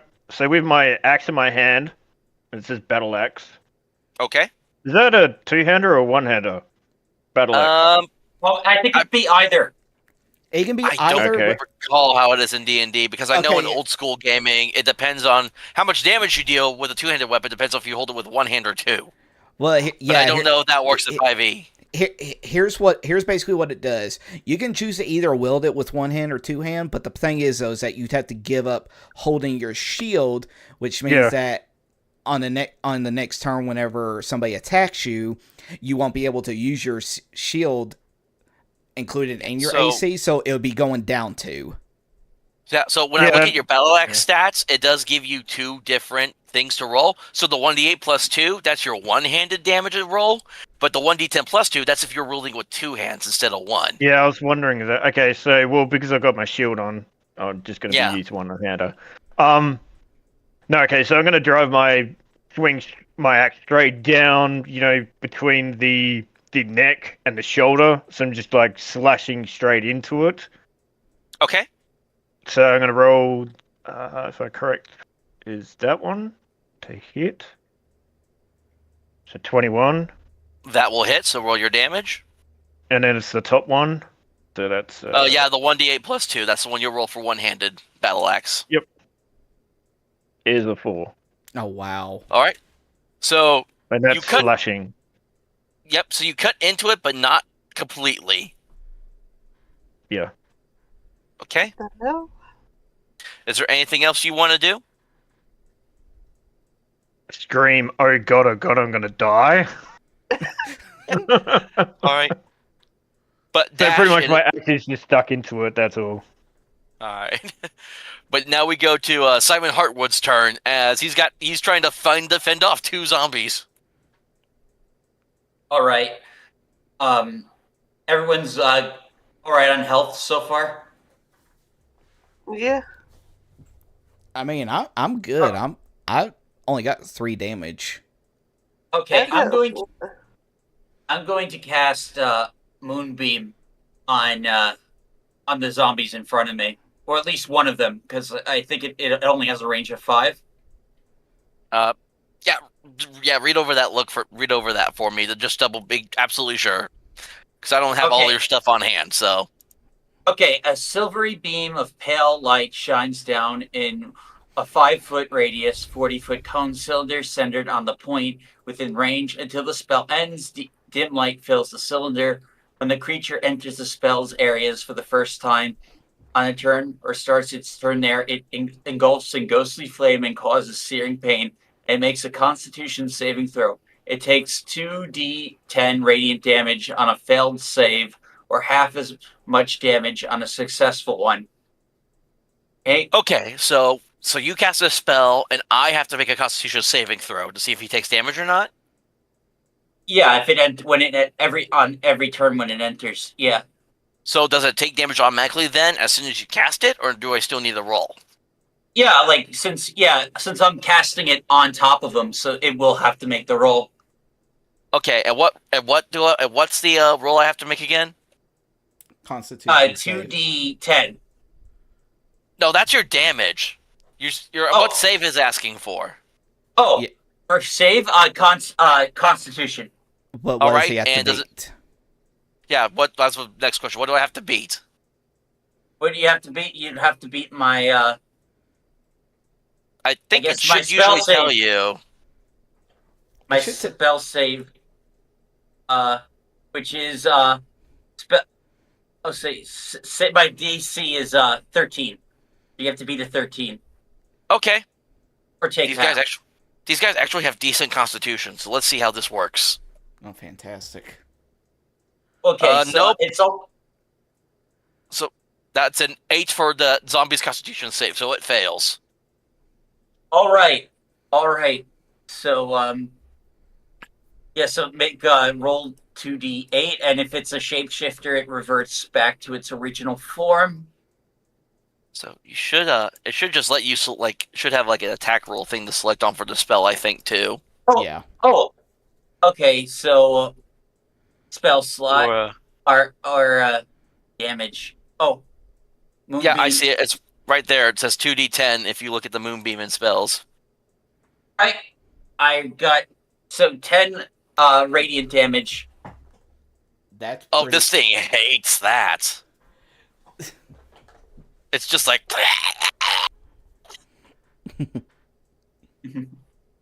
and it's not a shapeshifter. Oh, Yeah. little song. So is it still standing? Oh yeah, it's still standing. Okay, good, because it's next time it's its turn, it's gonna probably take damage that again. Here I can even screenshot you the rules for the spell. Yeah, because you said I have to roll at the start of its turn. I have to roll the Constitution save for it again. Sorry, I should be looking at my camera because I got the phone up here by my side. I'm sorry. I need to roll Constitution again when I start. Right? That's what it said. Yeah, I do believe that's how it works. It is a really good spell. It's a really good druid spell. It's one of the reasons why I picked it. Yeah. So yeah, I'm looking for Country Time Poppin'. Okay, but that's fine. Chat. Is there anything else you want to do on your turn? Anything else you want to do? Let's see. I can't disengage because I took my action, so I'll just remain. All right, then we're back at the top of round with Vincent. All right. Can I just say, are you trying to kill us, like, straight up, or what? I'm just using the stats that are in the book. No, I'm joking. Okay, so the one that's in front of me is still moving, correct? Still moving, but no head. Okay, so he's going to slash at it with his longsword. Okay. I rolled, non-natural 20. Okay, that hits. So your damage? I rolled 6. Okay. You actually end up lopping off its leg, and then now it's just kind of just like the headless body's just kind of hobbling there on one leg. Oh, so it's still moving. Yeah, it's still moving. Damn, these boys are beefy. Every No, time I'm you gonna say guys deal 5 points of bludgeoning or slashing damage, I roll a d20, and that tells me what part of the body that gets lopped off in the process. Okay. Okay, well, since it's moving around and everything, I'm thinking of moving away from it to go to one of the other zombies that is attacking Simon, attacking the one that didn't get hit by the moonbeam. Oh, okay, you can do that. and I think you all have about 30 feet of movement, unless you got something that gives you more. That'd be it. So I'm just going to move, and it technically will have an opportunity attack, but Which one? the one that I just moved away from, since I am moving 5 feet away from it. I will say it will not, because again, having no head and no leg, because by take off its leg, Yeah. you reduce its speed to 0, so it's just standing there keeping balance. So Yeah. it's not good. I'll say it does not have an opportunity attack on you. You'll be able to run away from All this guy, no problem, if you want to get to another one. All right, I and just like realized- I said, go ahead. Oh no, I just realized that it says reaction. I've got actions in combat, opportunity attack as well. Yeah. Yeah. So if anything So- either tries to go through you or runs away from you, you have an opportunity So- attack sometimes. What I'm going Yep. to do is No worries. I'm actually going to use action The bonus action surge. to attack. No, I'm going to use action surge so I can attack again with my more damaging weapon. So I'm going to attack the other zombie that's not getting hit with Moonbeam with my longsword. Okay. All right. Go ahead. And I rolled 13. 13 does hit. These guys And- only have an armor class of 8, so as long as you guys get above 8, you're good. No, I rolled a 4, which means he doesn't get any body parts lopped off. You just nick them really good, basically. All right. Am I able to still use my short sword, or is that only exclusive with the? I will allow you, with your 2-weapon weapon, you can use your bonus action to attack with your short sword. I will make that ruling.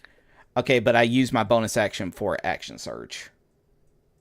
Oh, so then you can't do it then. I'm Gotcha. sorry. Okay, that's fine. That's fine. All right. Okay, but it goes to the zombie's turn now. Because So basically, I'm going to go ahead. Sorry, I was just going to say I'm mainly just doing this so that potentially Simon won't be getting double teamed. Yeah, so- so I read the rules. It's like, so at this, when it enters on a turn or on the start of its turn, if it's in there. So I'm going to go ahead and roll for that zombie, the Moonbeam, first. All right. You want me to roll? And- I got it. I roll for the monsters. I got a dirty 20 for its con save. Oh no. So does that mean it doesn't get damage or it takes half damage? Takes half damage. So just roll the damage as is, and mine all have it. Yeah. All right. So the total for that was 8. So it takes 4 damage. Yep. 4 radiant damage, though. So if that, because I know zombies don't like that. Yep. And I mean, it can't really move because it's like right in front of you. So it's going to be still standing in this moonbeam as it's going to do its the 3 attacks on you again, Simon. So 2 claws, 1 bite. All right. So I got the claws are a total of 8 and 11, None of them hit me. and then the bite is a 16. Okay, that one got me. Okay. So the bite only deals 5 more points of piercing damage. So, okay, so that's 5 damage. All right. And then there's that one zombie that Vincent was fighting originally. It can't move. It's still like, "Urgh." Well, it can't speak either because it has no head. So it's just trying to stay in balance. But you did run up to another one, Vincent. So this one Yes. still has its head. So 2 claws, 1 bite. Mm-hmm. So I got the claws are a 17 and the 10, Okay, one of them hit. and the bite is a 14. That also hits. Okay, so the claw is 4 slashing, 4 slashing. and the bite is 5 piercing. Ooh. All right. All right. Moving on to the one that's on Kannah. This one still has all its parts. Okay. So it's again 2 claws, 1 bite. Okay. Oh shit. Oh no. I don't like the way you said that. Oh no. Well, one of the claws is a nat 20. oh no. Oh, fuck. Okay. So that immediately deals 7 points of damage to you, slashing for the first one. Okay. Because oh no, wait. Yeah, I'm just gonna say if you get a crit, you deal max damage. Oh, fucking So, hell. Okay. The second claw is a 17 to hit, Okay. That hurts. and that is 3 more points of slashing. Oh my god. Okay. And then the bite is a 22 to hit. Okay. That's fucking hit. Only 3 points of piercing on that, though. I don't like this. Oh my god. Whew. And then the final one, that's on Valkiria, still has all its extremities. So 1 bite, 2 claw. Mm-hmm. So Valkiria, for the claws, I got a 9 and a 19. Okay, so one of them hits.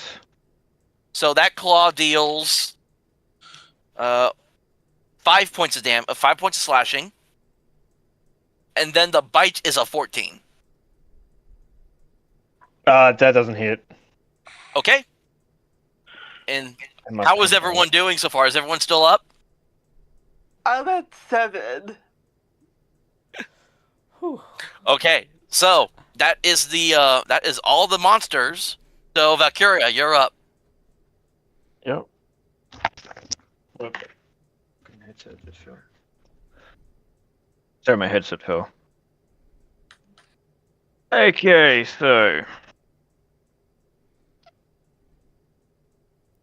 what do we do?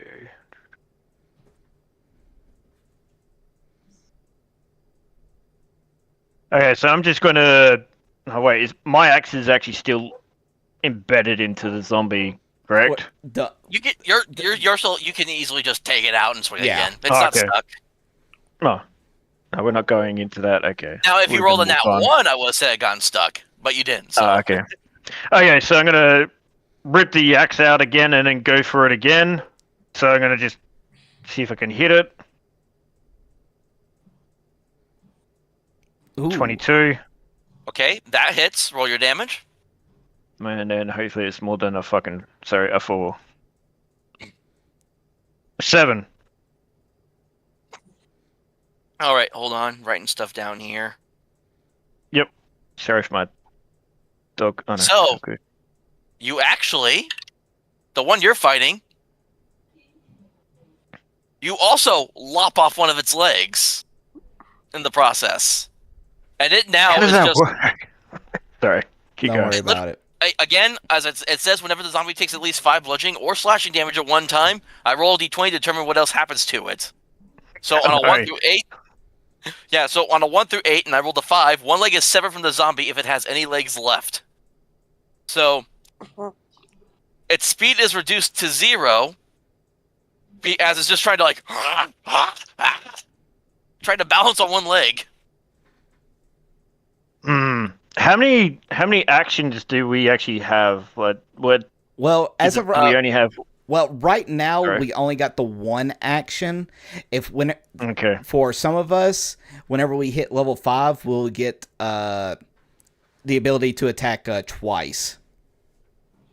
Okay, because I was wondering if I could actually kick the zombie, like make it fall over, but that's an action, wouldn't it? Yeah. I'm actually thinking here. Do you have anything for bonus actions that you can do? No, it only goes with two-handed fighter. Spells, it says Raffle Smite. You know what? I actually like this idea. So if you want to use your bonus action and make a strength check for me, and if you make a strength check. I guess it's AC. Is that under the? I was going to say, is that the saving roll one or the one? No, just up hit, top? hit the one on top. Yeah. Yeah. Yeah, okay. I just want to double check. So 19. Okay, you just. Where do you kick it? Out in front of me, like away, pretty much. So I'm pretty much just doing a Spartan kick. I was getting ready to say, are we doing a 300 Spartan kick? Yes. So yeah, you just kick it like right in the chest, and Do I want to actually? Actually, yeah. You should have a thing for unarmed strike. Roll that damage. Unarmed strike. Yep. Just a damage part, Yeah, roll the damage part for it. and that's blunting. So you kick it, and you hear like the ribs crack as you like send it like flying like another 5 feet back. Just like, I hold on if I can. Nope, if I can select it. Yeah, you just sit. Nope, that's not it. I have no clue what I'm doing. All right, send it 5 feet back. As it's just lying on the ground, like. That is literally a Spartan kick. Well, at least we don't have to worry about that one if it's got 0 feet of movement. Mm-hmm. Okay, so from that, I can't help Buns. Like, I can't run to the zombie with her. I mean, you can still move to it. Yeah, you 'Cause can move to her. You just don't have any actions to do anything else at this time. Yep. Yeah. Okay, so I will go move so I can actually help Buns out, Okay, and that's it. And- How do I... but it is now Kannah's turn. Okay. Is the one still like? I know he let me go, but is he still like close? Cause I want to lop off his legs. So I'm tired of this thing. Well, here's the problem with that. You're attacking with a rapier, correct? Yes. A rapier only does piercing. Hunter was saying that okay. the thing will only work Yep. if it's slashing or bludgeoning. Yeah, and I don't know if you notice this now, Roger, but it's working on YouTube now. So Yeah, Like- for whatever reason, the thing that says go live wasn't pressed, even though it's automatically supposed to do that on OBS. So I just clicked that, and it was working on YouTube now. okay. Well, yeah, I noticed it had been working on YouTube for a while. Yeah, Well, when we first started, it wasn't. That's why I exactly. mentioned it. So yeah. Yeah, I know. Like when I do my own thing, I always have to like give it like a few seconds to buffer because there's always a lag. But anyways, all right, Kannah, it's Okay, What are you doing? That's fine. I'll just, I don't know, keep stabbing at him. yeah. I'm- Roll the hit. Cause this thing is getting on my nerves. 18. 18 hits. Roll your damage. It's 5 piercing. All right. So yeah, you just kind of do another quick like slice through. You do another quick piercing slice through it, and it's still standing. Oh, great. Now, Yeah. Kannah, Yes. I'm just gonna say this. Check your bonus actions. Does it have anything in there for the class that you picked that can allow you to disengage with a bonus action? Let me see. The death, disengage, or hide. Okay, so you can use your bonus action to disengage and actually get away from it. That way Valkiria can take the blunt, because pretty sure Valkiria can take it more than you can. I'm Oh, yeah, still gonna you have- die. So, okay, so as a bonus action, I want to disengage. So hold on a second. I saw you also. It looks like you also have 2-weapon fighting, Kannah. Do you not have another weapon besides your rapier? Oh yeah, I have a dagger, but I don't really want to use like a dagger on the guy. You know? Yeah, because a dagger will also only do piercing damage as well. Yeah, so what's the point if it won't do anything else? So You you're know? so using your bonus action to disengage then with your cunning Yeah. action. Yes. All right. So what are you moving to then? Because So it's still like foggy. I can't see anything, right? the mist has dissipated enough to where you can kind of get away your surroundings. Actually, everyone really quick. Give me perception checks. Okay. Okay. Everyone, give me perception checks here really quick. All right. I rolled an 11. Okay. See to wait on everybody else. Nope. 11. Okay. 17. Okay. Dash. Yes. Perception check. Oh yeah, perception check. All right.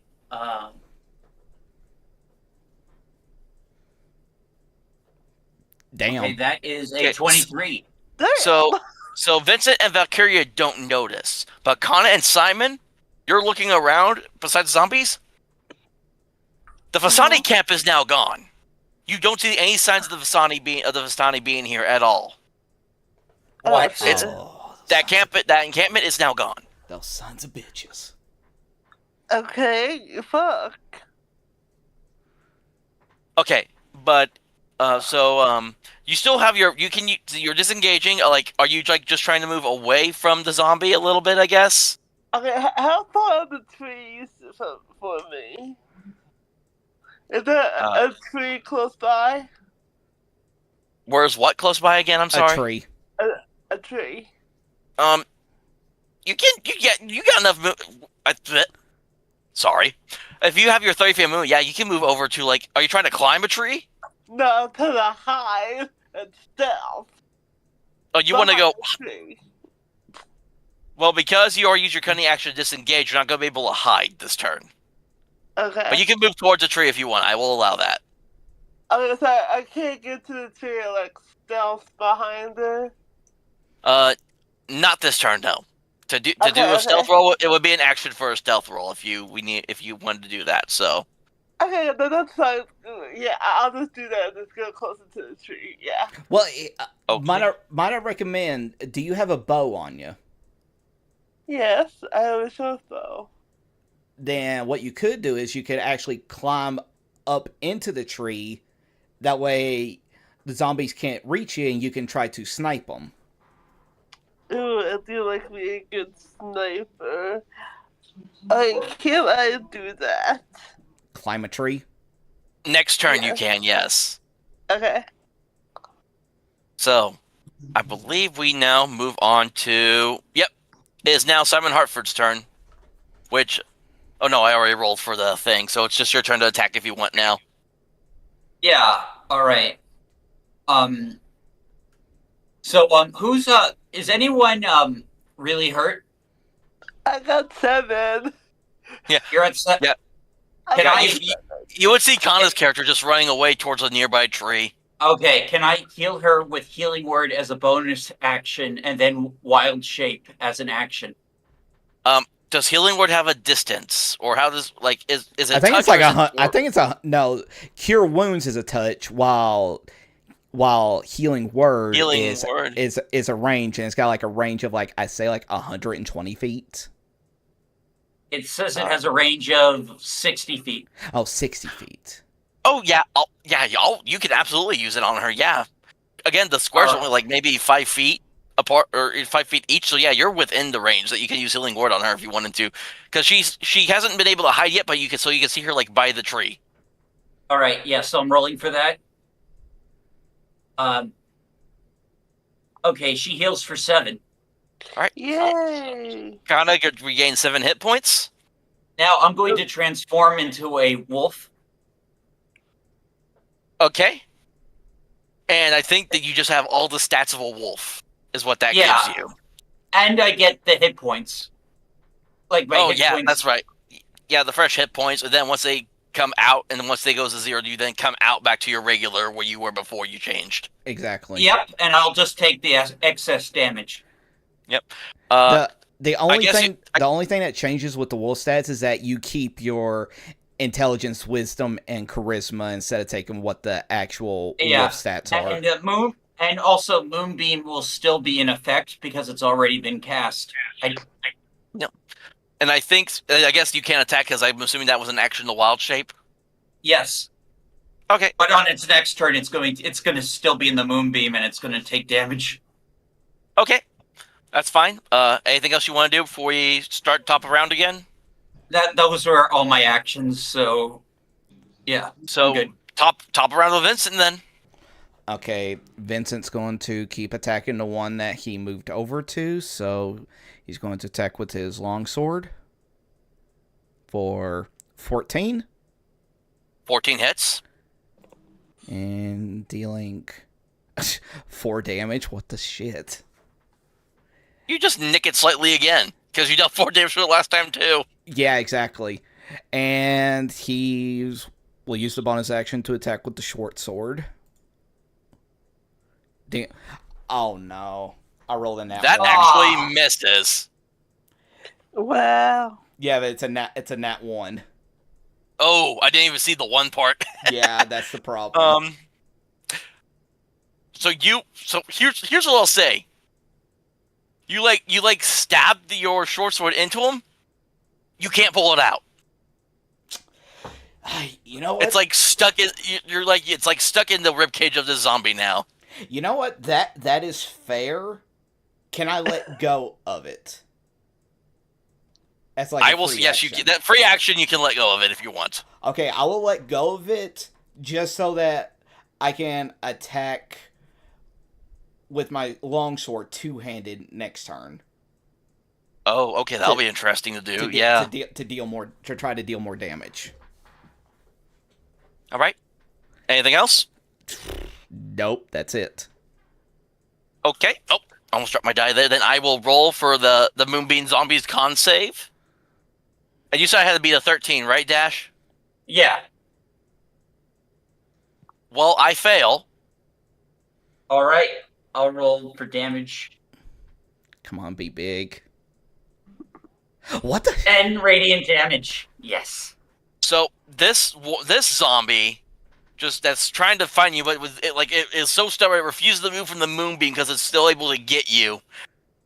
Is not looking good at all. So what I'm going to say is when I make all these attacks on you now with this one zombie, they're all going to be at disadvantage.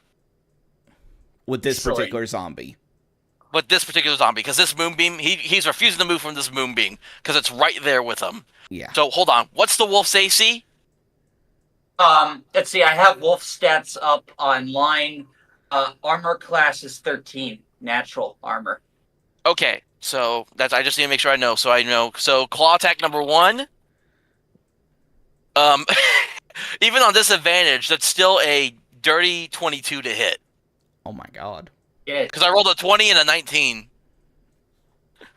Okay. Okay, so that claw attack will do 5 points of damage, slashing. Claw attack number 2. Jeez. I feel bad that I don't at the same time. That's a dirty 20 to hit. Oh no.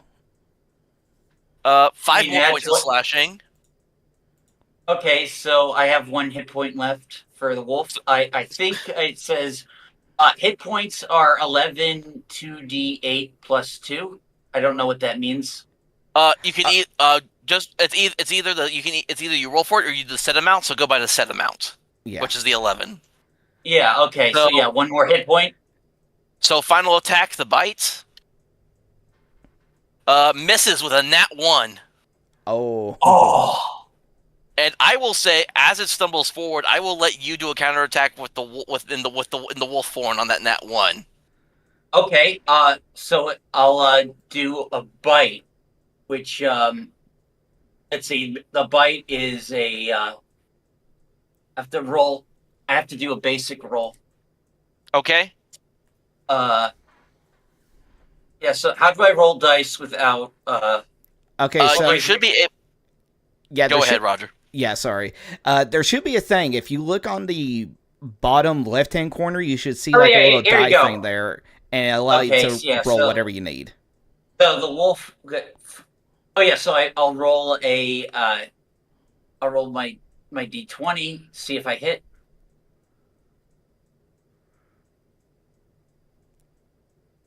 Shit. A 3, and it's a 3. What's the total though? Yeah. What does it give you for attack? Oh, yeah. Oh, for attack. So I guess that would be plus 4 to hit on 1 plus. So it gives it'd be me a plus. So it'd be a 7. 4. So it's a 7. Which just misses because it's 8. Armor class 8 on these zombies. Of course. So you just missed it on the counterattack. He's groggy because his health's so low. Yeah, and then again, one zombie still trying to struggle on one leg with no head. so it can't do anything. Mm-hmm. The one on Vincent, 3 hits, 1 bite. Yep. That is a. The claws are 8 and 11, and the bite is a 6. All 3 miss. Okay. And then Valkiria, there's still one on you. Yeah, there And is one. oh no, you kicked it away. Oh no, there's still the No. one that Yeah, you yeah, went there's to. the other. Yeah, Yeah, the one that's when Bunny ran away. I went there to try and help Yep. her. Yep. So the one that Bunny was fighting is now going to attack you, and I dropped a D20. I got another one right here. So, all right, 2 claws, 1 bite. That is, the claws are 8 and 13, and the bite is a 9. They're all miss. All right. But then There we you go. see the Spartan zombie that you kicked over rolls onto its front and starts to like use its arm to try to pull itself to you. And I will say it's going to take its whole turn to get to you, so it's not going to attack at this moment. But it's going to get to you. Yep. And if you guys don't mind, I want to pause here for a second before we start to go forward, because I need to take a quick break. Yeah. So I will be right back. That's fine. Oh yeah, yeah. I'll probably just go to the bathroom too. Yeah, I'll be give right it. back. Yeah, let's take about 5. Yeah, makes me Yep, wish no I worries. had Too easy, mate. be right back soon screen. Yes. Let me turn off my camera.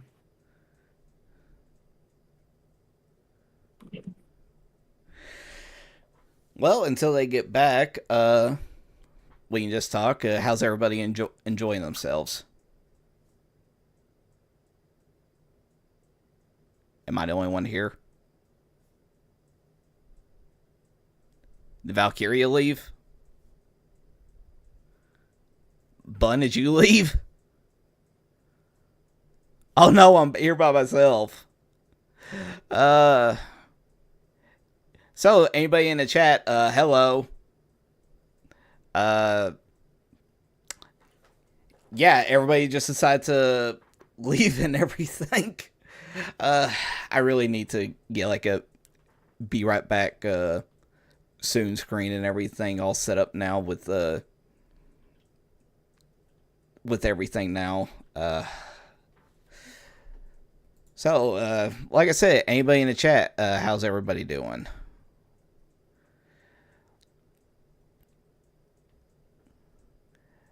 But I don't know about the rest, but I'm enjoying myself right now because I don't normally get to be a player. Most of the games that is on this channel, I'm DMing, so it's nice to be a player and do all the stuff that players do.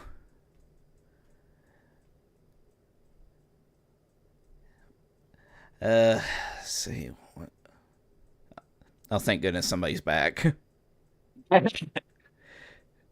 Yeah. Yeah, literally every single one of you just left me. Oh wow. Yeah, everybody's gone. But how That's you? a great game so far. I was gonna say how are you liking it, Dash? Oh, I'm loving this. Oh, that's good. That's good. Yeah, it's like I was saying. It's nice to be a player, considering that most of the games that are on this channel, I'm usually the one DMing it, so I don't really get to be a player all that often.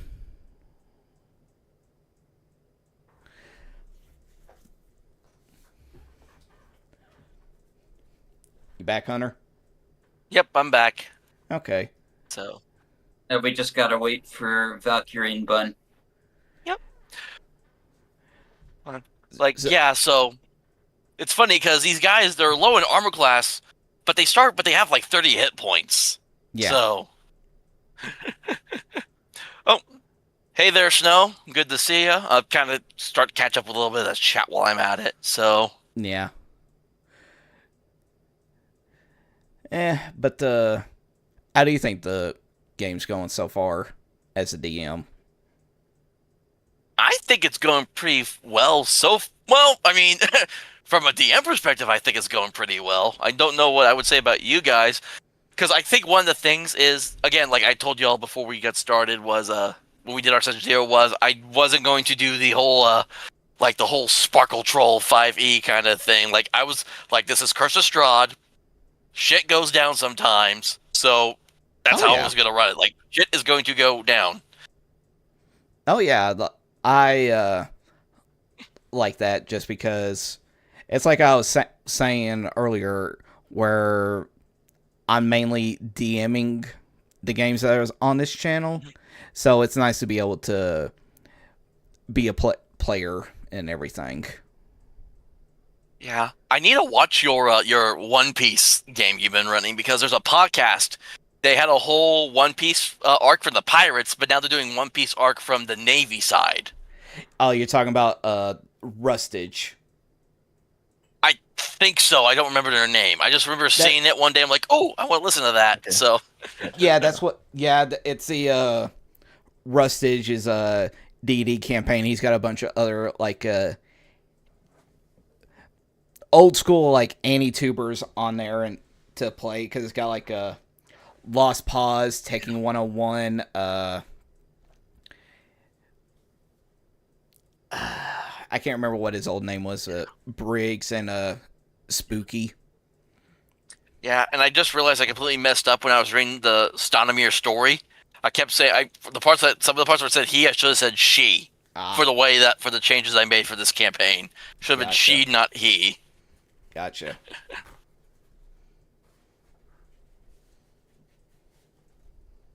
So what are you feeling, Dash? How are you feeling about all this so far? I'm really enjoying this. It's a very rough encounter for the first one. Literally, yeah, because it's literally just 5 zombies, but also I can't help it how my dice fall sometimes. Like I'm not fudging them at all, I promise you. No, I think there's a bit of funny business happening going on here, mate. Well, what I think I need to do next time, it will kind of mess up my camera a little bit, but I have a separate camera, so I can put like a small window in the corner for like my dice tower if y'all want me to do that going next time we do this. I believe you wouldn't intentionally try to kill us. I mean, because like if I absolutely didn't want to, because like my theory is I don't want to kill you guys outright, but I will make you try to fight for it, and if it does get to that point, if depending on how it goes, I will activate Deus Ex Machina if I absolutely have to. Yeah. But that's like a Blue Moon scenario kind of deal. I'm trying to see. I'm trying to see. I don't mind this. Like I said, it's like if I die, I die. It's like it's all good. It's still fun. Yeah. But that's because playing a lot of the old school games like I've come from, because like I've been playing like white box 0 edition games or retro clones of them. And a lot of them is just like, you roll up a character, have fun with it. If you die, you die. Or Drago, if he dies, he dies. It's just like when you're doing actual. I'll be right back. I'm gonna try and call Bun to see where she's at. Cause. All right. I'll be right back. I'm just thinking about my next move.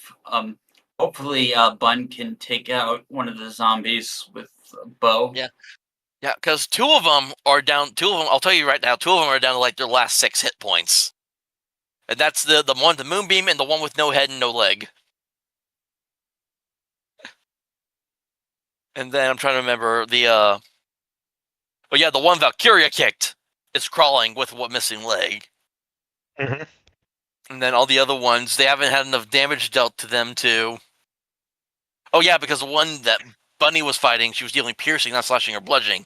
So she dealt the hit point, but wasn't dealing the right damage.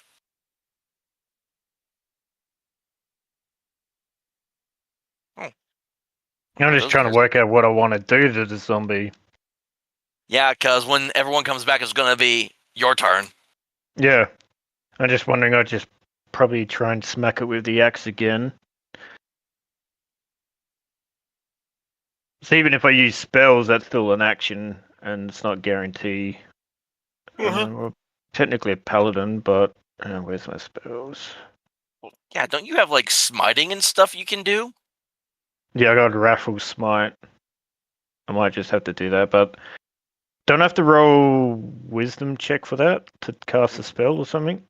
No, not in this one. No, this Okay. 5e uses is a spells. 5e is a spell slot system, but I think you're wrathful. So you're using you're casting one of your spell slots to cast that spell. I'm back. Welcome back. Hello. I'm sorry, it takes a while. I was in the bathroom. It takes a while with my condition, so.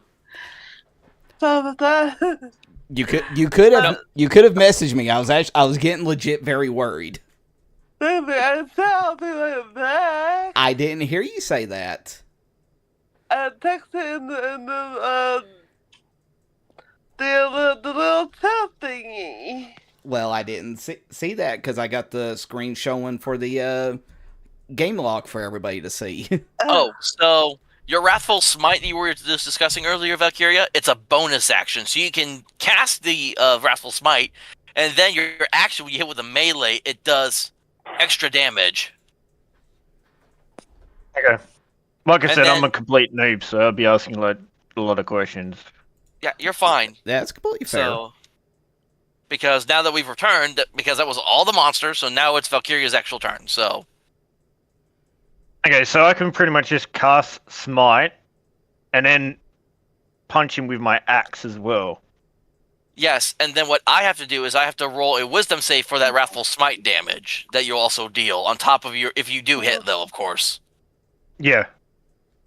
Okay, So- so everyone's back and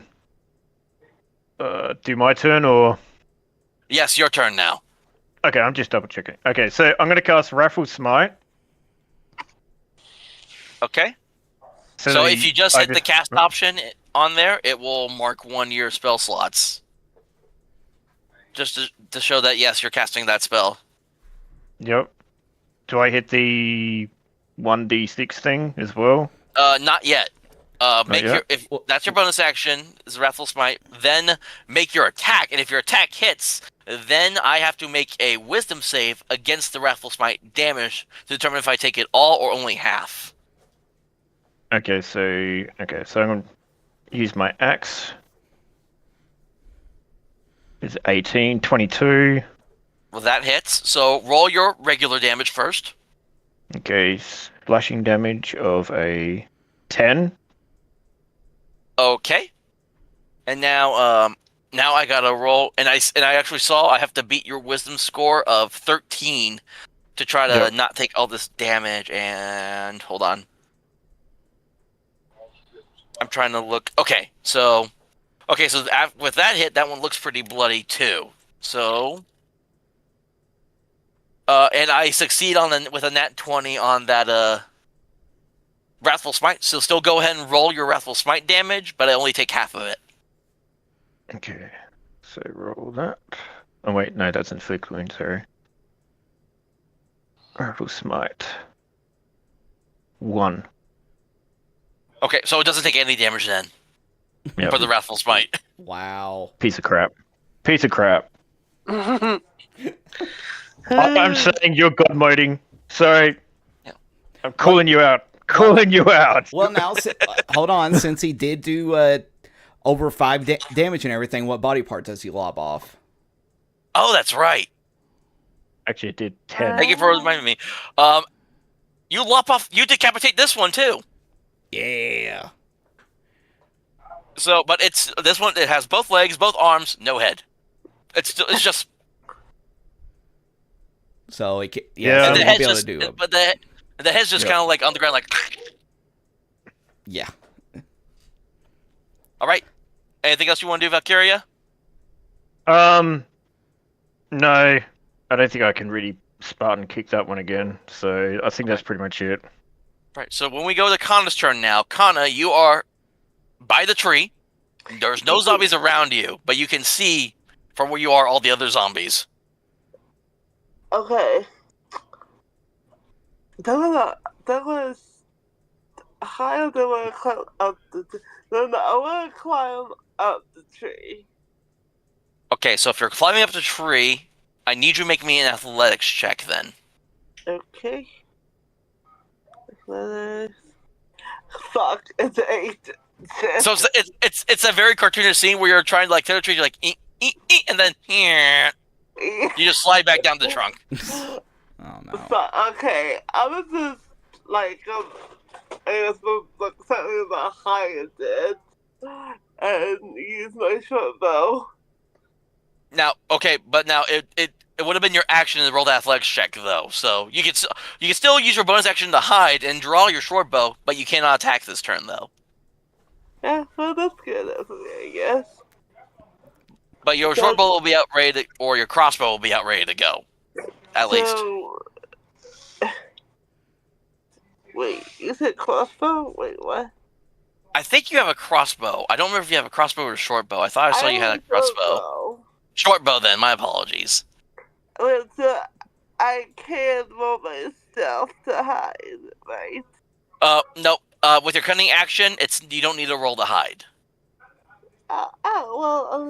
Okay. It just says you can do the hide action with your cunning action. So you just whoop. After finding the tree, you just kind of hide behind the trunk of the tree, and you're not in sight. Okay. Cool. All right, and then Dash I think you're still in your 1 hit point wolf form currently. Yes, I am. I'm going to try and finish off this zombie in the wolf beam. Okay. Okay. Come on. Oh wow. If it's +4, that misses. Yeah. Not good. At least I still have the wolf form. Yeah, So for now. Yeah. So yeah. Okay, is that all you can do, or? Yeah, that can I disengage as a bonus action? I don't think that's a bonus action. Oh yeah, that's it. Yeah. So I'll just keep the I'll just keep concentration on Moonbeam. Okay. Then that is now top around with Vincent once more. Okay, so before I attack, I'm actually going to use a bonus action to use Second Wind. Okay. And I regain 8 HP using this. It's a 1d10 plus 3 since we are starting at level 3. Okay. So I roll a d10. I got a 6 plus 3, so I gain back 9 HP. Okay, that's good. Alright, 9. Apply change. There we go. And I will use my action to attack two-handed against the zombie that has my short sword stuck in its ribs. Okay. I roll, oh my god, an 8. Meets and beats. Oh, thank goodness. And so roll your two-handed weapon damage. Alright, so I got 8. 5 plus 3. And and that is going to lop off an arm of that zombie. Because that's slashing, right? Yes. Yep, so that zombie loses an arm. Nice. So, when that zombie attacks you, it's only going to be 1 claw, 1 bite. Yep. Alright, and that's my turn. Okay, so, let us see if this moon-beaming zombie is going to stay around any longer. Hopefully not. Holy shit. Yeah, no, he's got cheat dice. Remember that. He's got cheat dice. So I fail that. So I fail that save. So roll your moonbeam damage, Dash. Please get something above average. Oh. Okay, slightly 11. above. 11. And you see as like the moonbeam glows brighter, and the zombie knight just ash and dust. Yes. Finally. So that Yay. is one of them finally gone. Hold on, if I can actually select it properly.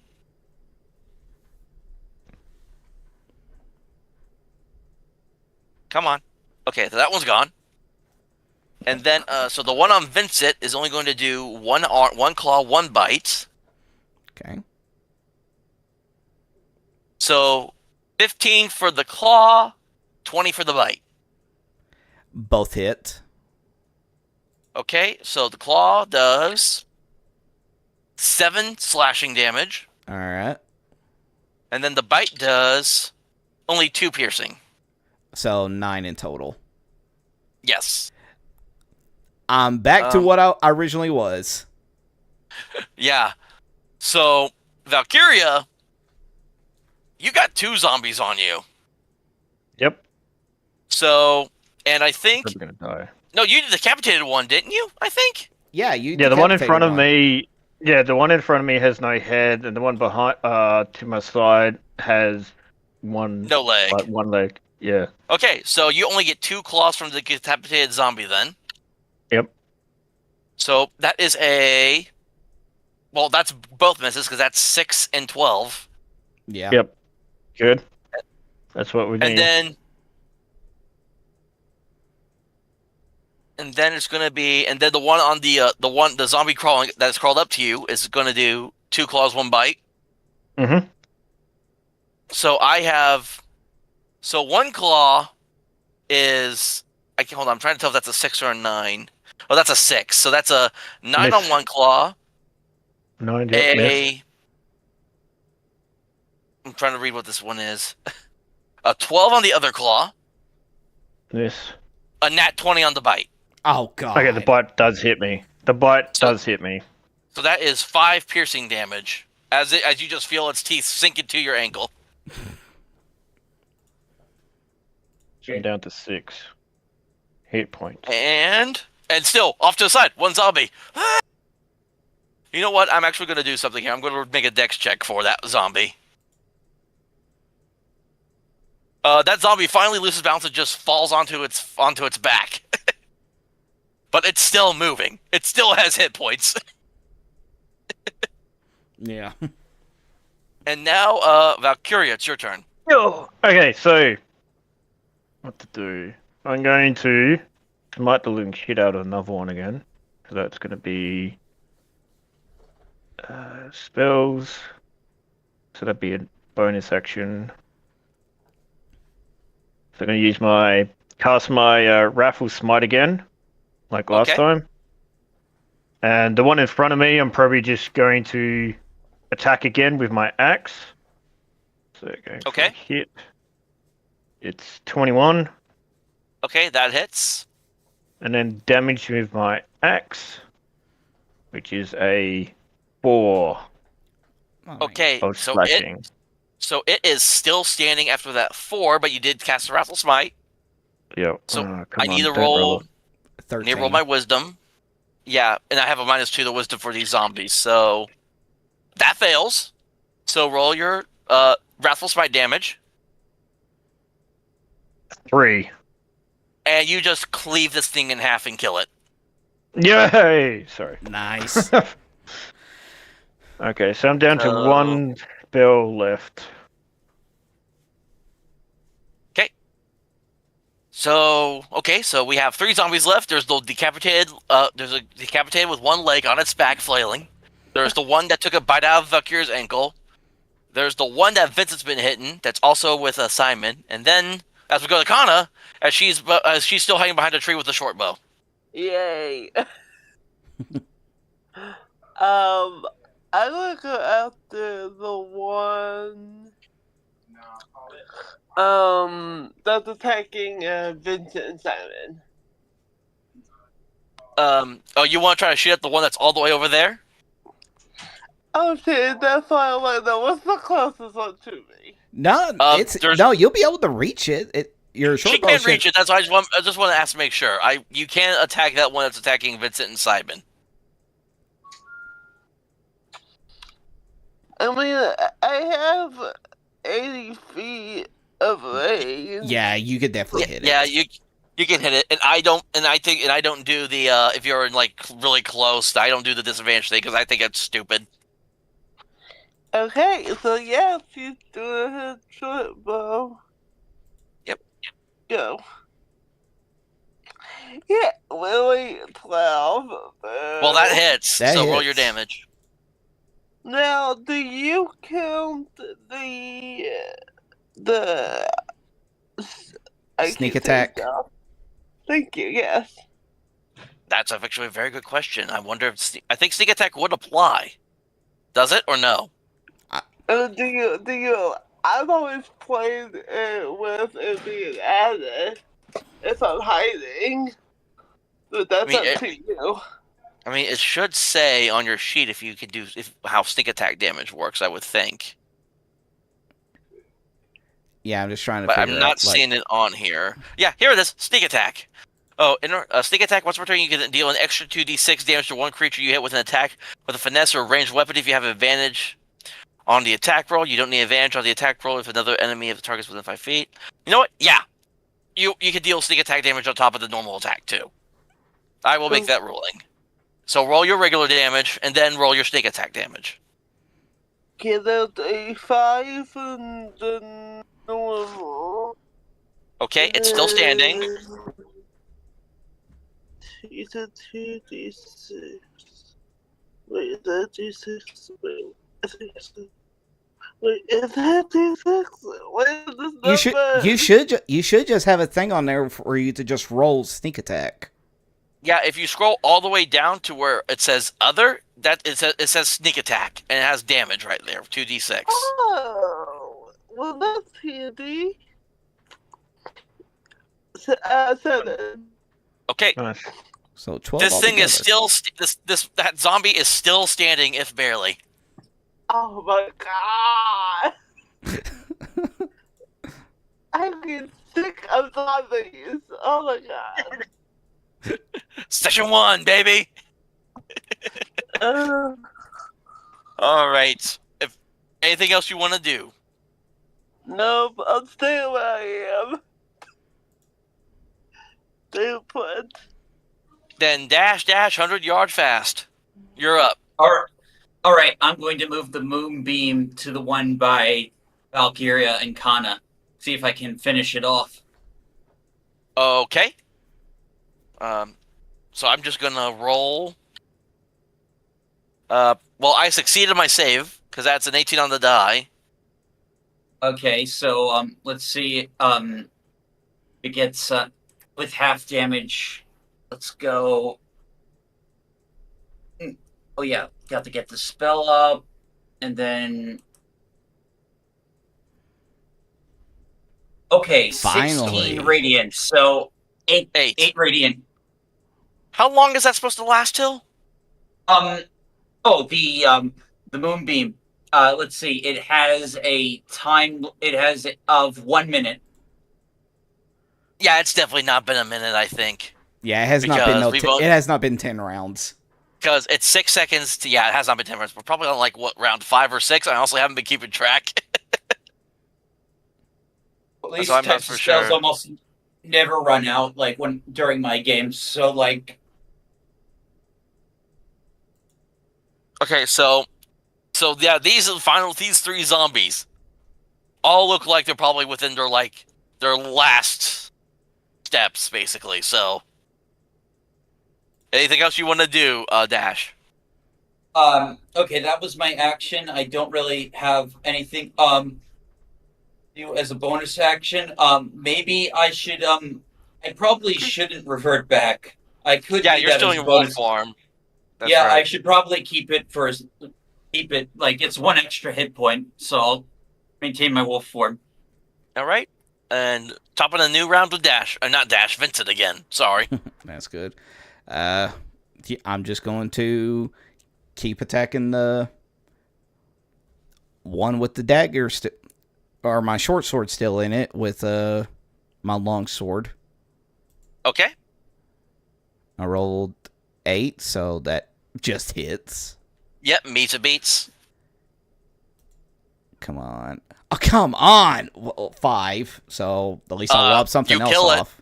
Oh, thank God. It only had 2 hit points left. Phew, finally. I'm glad you moved the moonbeam over to that one. So hold on, let me get that one deleted. He's all right. Vincent is just going to stay put, and he'll just use a chance to just take the short sword out of the one he just killed. All right. I'll basically say, it's going to be like your bonus action to finally just wrench it free from the rib cage. Yeah, exactly. And now, it's Vincent's turn. No, that was. Or, oh no, yeah, you're saying it's the end of your turn. Yeah, I misheard for a second. Sorry. Yeah, I said that's Vincent's turn. So I need a roll for the zombie then. That's gotten the moonbeam. Mm-hmm. It fails. So roll your damage. Come on, max damage. Dash. I'll tell you that's pretty good. And that one also bright and dead. Thank God. And I will say at this point, because the final zombie that remains. Hey, who is moving my screen? Hold on. The final zombie that remains, he is no head, one leg, on his back, just flailing. So I will say with that, hold on, I cannot select things to save my life here. Trying to get rid of this final zombie. I will say we'll be out of combat. Okay. And I will let you all go ahead and dispatch this final zombie if you want to. It only had 6 hit points left. I feel like that should be up to Vincent to finish it off, since it was one of his subordinates. See that I'll be walking up with my shield and just smashing the shit out of it, saying, "Why won't you die, you piece of shit?" Okay, you do that. I'll revert back to my half-elf form. Okay. No. I'm asking Valkiria if he is actually doing that. Yeah, if you weren't going to do anything, that's what I was going to do. I was going to walk up there with Vincent, one of my shield and just go, "Why won't you?" Like holding it with both ends, so the actual pointing in at the bottom is just like stabbing a little crap while I'm just smashing this shit out of it. It's like, die, you piece of crap. Okay, then what Vincent's going to do? He's going to shove you. Make an unarmed attack roll if you're going to do that, Vincent. Oh God. 13. So, what's your AC again, Valkiria? 18. It's 18. So running into Valkiria is like hitting a brick house. Well, I'm not running into it. I was just going to like just shove, but if not, I'm just going to at least try to like stop the shield movement. It's just like, what the fuck do you think you're doing?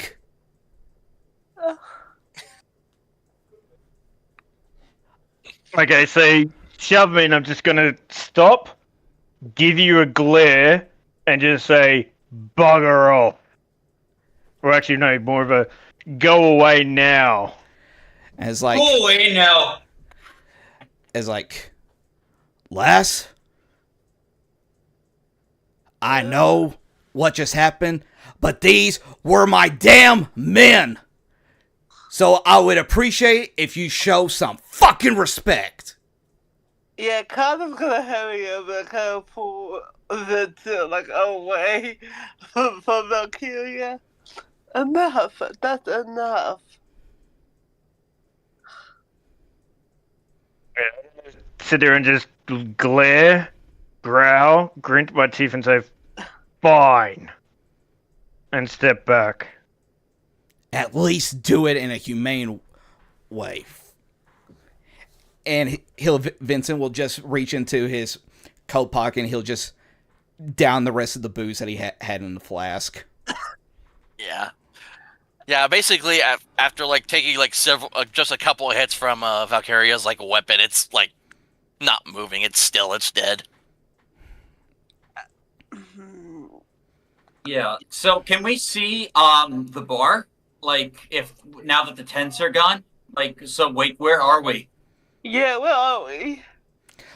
Well, didn't the two of you notice that the encampment has they're not even here Dash, anymore? yeah, Kannah and Simon were the only Yeah. two with the perception checks earlier that Yeah. noticed that the Vasani.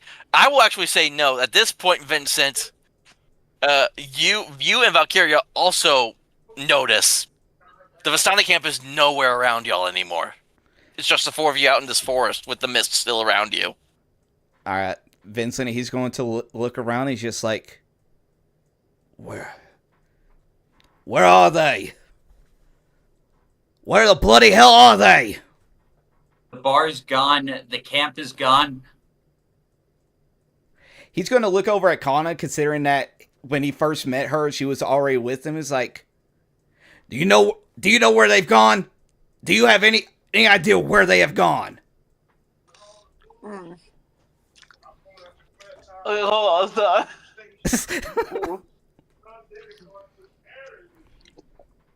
Just like a picking peaches.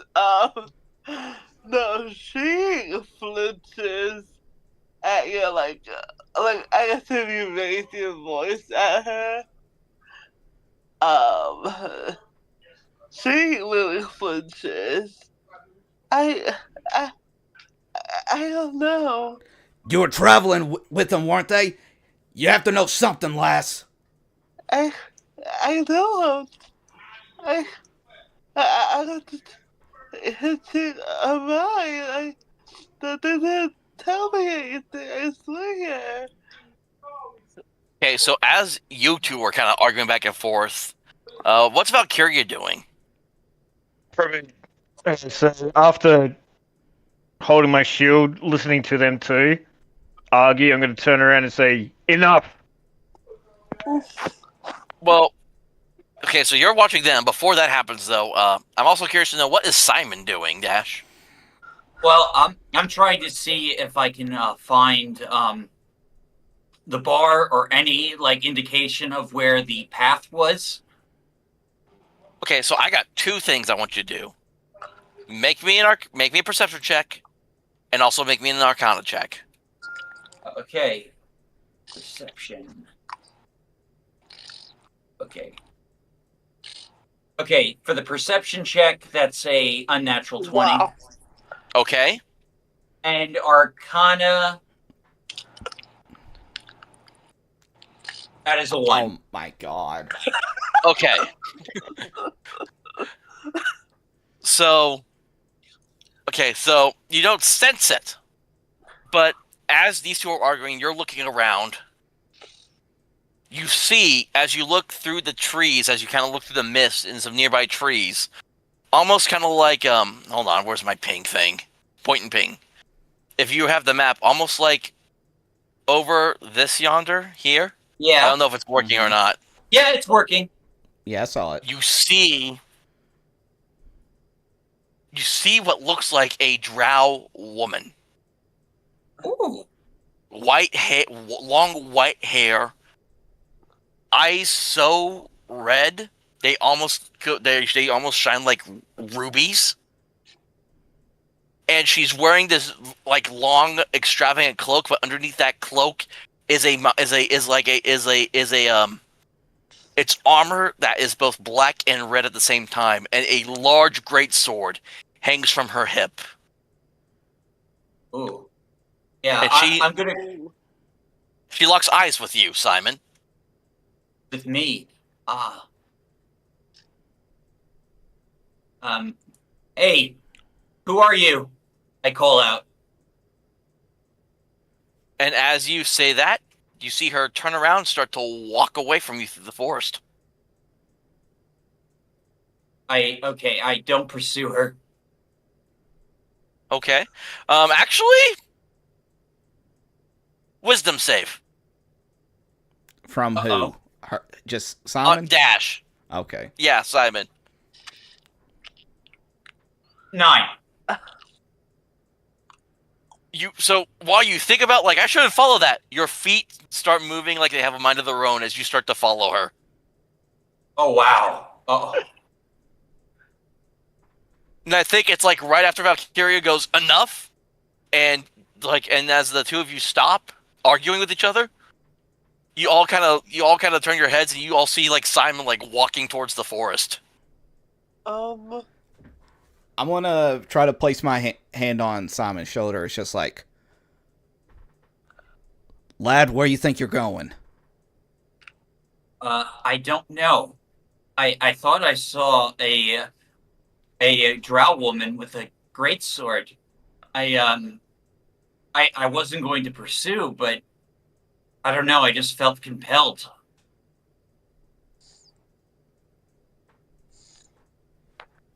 Now, has Dash stopped? Like, has Simon stopped? I'll When, say um, I'll say Simon would have stopped at this place as soon as Vincent put a hand on his shoulder. Oh, okay. You're probably like, if I was to say like, hold on, let me get my thing fixed again. If I would say like Vincent, nope, that's not it. I cannot select things to save my life here. I would say like Dash probably would have been like here, so Vincent would have just had to like quickly just could just not even like run, just like kind of like short jog over and just stop on the shoulders. That's where you both are like, and I don't know if y'all would join over him or not. So, okay, there we go. And oh, that zombie's dead. Let me get him off the board. Yeah. Sure, he's dead. I can always like smash my shield into him a few more times. Just don't I mean, let Vincent see you. Yeah, exactly. Okay. oh, I was like, So what do y'all want to do? I was like, oh no, go ahead. all right. Well, Vincent he's just gonna be like,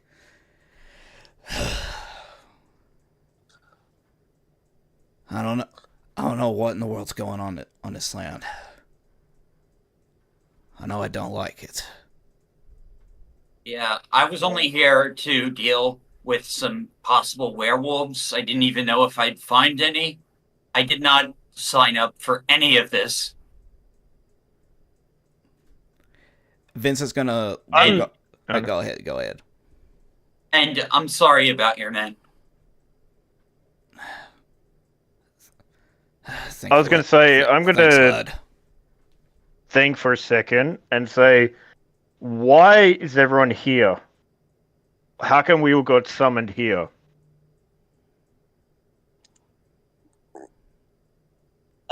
Kannah turns him back to all of you. That's none of your business. I'm just doing one of my routine jobs. It just brought me out here. He's like, Vince is gonna like, right now our main priority is trying to find some proper shelter. We can't just stay out here knowing that something like that might happen again. So you actually, as y'all look around, the mist is still kind of moving, but you see, like, as the mist seems to part, like it has a mind of its own, revealing a trail to you all of a old road, like an old like dirt road. Oh. So I guess we found this isn't the same path as before. Nope. You all wouldn't have. Y'all, I don't think any of y'all would have ever recognized this path before. Well, this is very unsettling, but I think we have no choice but to follow it. I mean, it's the only clue that we have to go on at this point. I guess we can all go. Don't really like this idea whatsoever, but there's no other choice. Okay. All right. Does anyone need also, I'm gonna cast a healing word on myself and anyone else who needs it. Yeah, I think we all. He's good. Okay, first I'm gonna Vincent's do me first. I was gonna say, Vincent would just say like, make sure you heal them up first. Okay, yeah. So 15. Okay. Now I'll do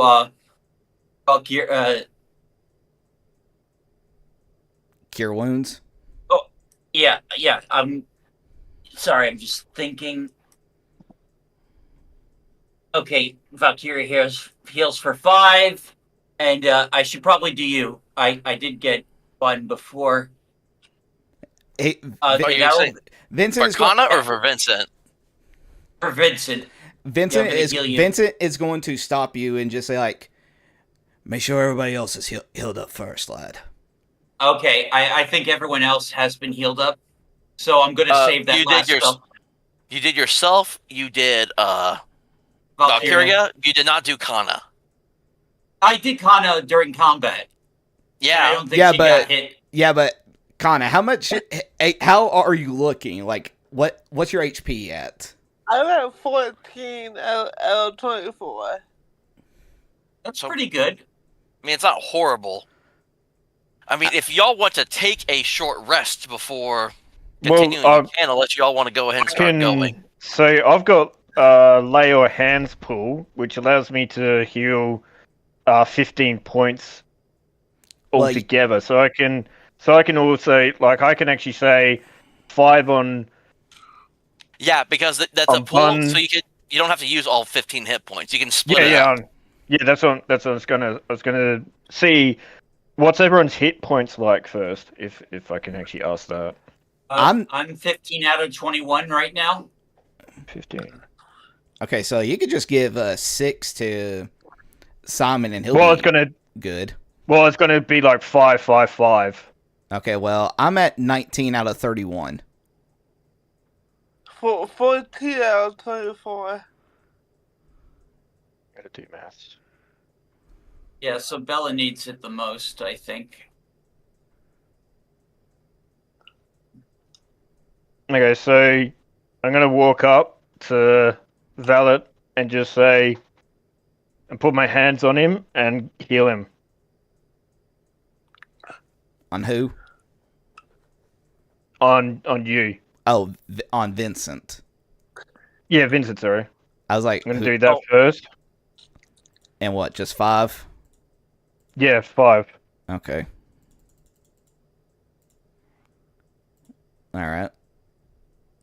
And then, Bunny, I'm gonna walk up to you and do the same thing. Okay? So that's down to 10.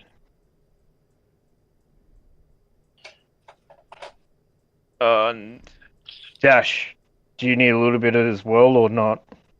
I have another healing word I can use if I get low. Yeah, I could use some hit points, but in case like we might actually need it, it's up to you. It's your call. Okay, well, I'll just leave it because I have to do a long rest to replenish it, that's all. Yeah. Yeah. So I'll keep the 5 anyway, so yeah.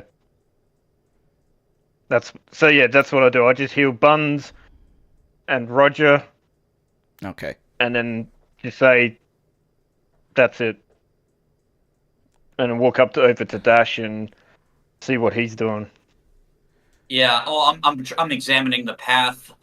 So Yeah. like, Yeah, because you're all So- like down here. yeah.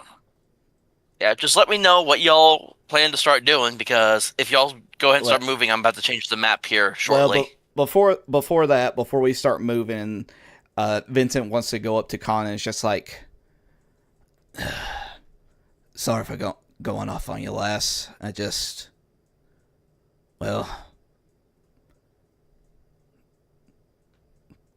All the men that were working under me, they're all gone. So I lost my cool there. She, puts up her fur hood to kind of like, yeah, so you don't really see her face. Just don't worry about it. It's understandable. And she just kind of just walks past him. Mm. Alright. Now Alright. I'm trying to. Yeah, like at this point, daytime is daytime is starting to come up, but the thing is, the sky is completely cloudy, so it's a very bright cloudy day, but no sunshine breaks through the clouds. Yeah, Kannah's believed in that.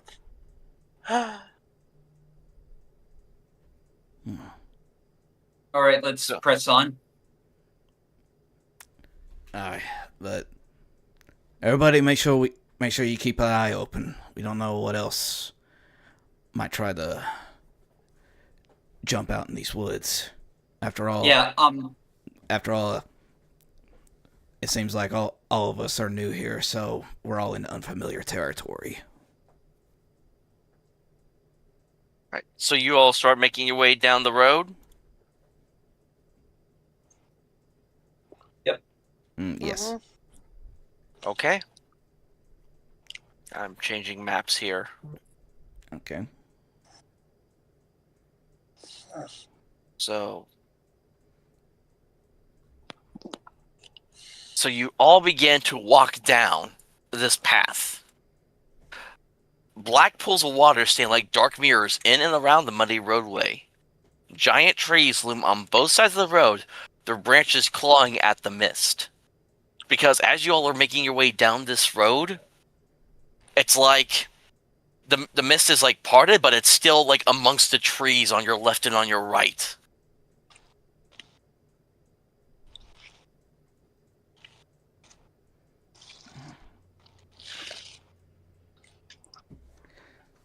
I And say everything's pretty thick around here besides the fog from earlier.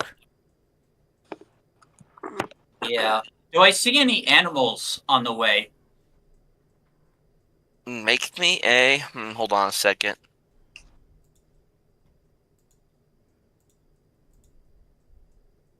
I'm reading something here really quick. I'm just trying to figure out how this works. Are you able to mark where we are on the map? If that's okay. You're not quite anywhere on the map yet. You're Okay. imagining you're kind of like off screen coming down this road right now, basically. Gotcha. Okay.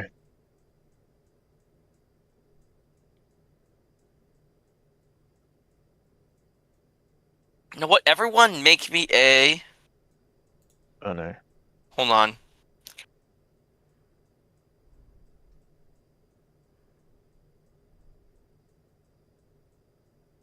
Okay, no, I actually need to roll this really quick. Okay. Okay, but everyone... Okay, okay, so just Simon then make a perception check. You asked. Yeah. So I got an 11. You hear nothing. And you see nothing either as you're walking down this road.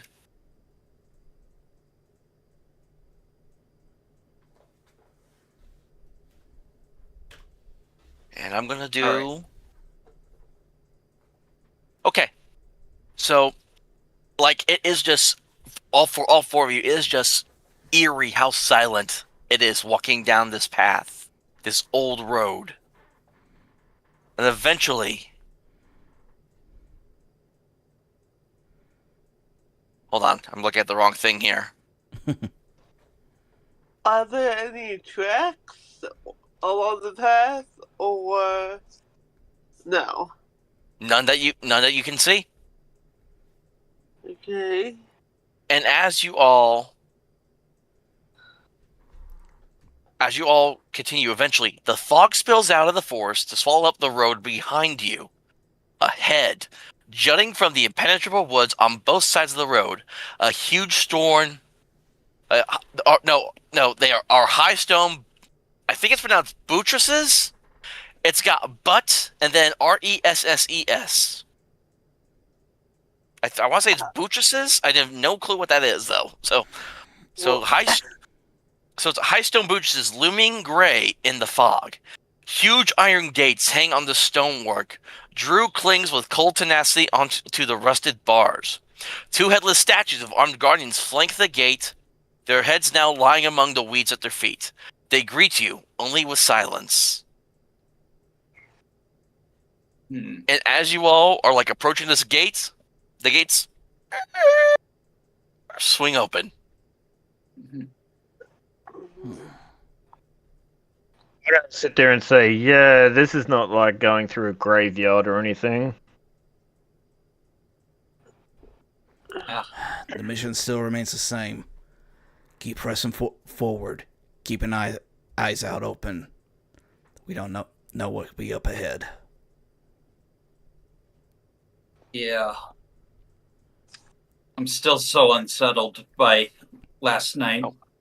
Hold on. I'm rolling the wrong things here for something really quick. For some reason, it's a list of 20, but wants me to roll a D12 and a D8 for this for some reason. It's so weird. That is interesting. 3 and okay.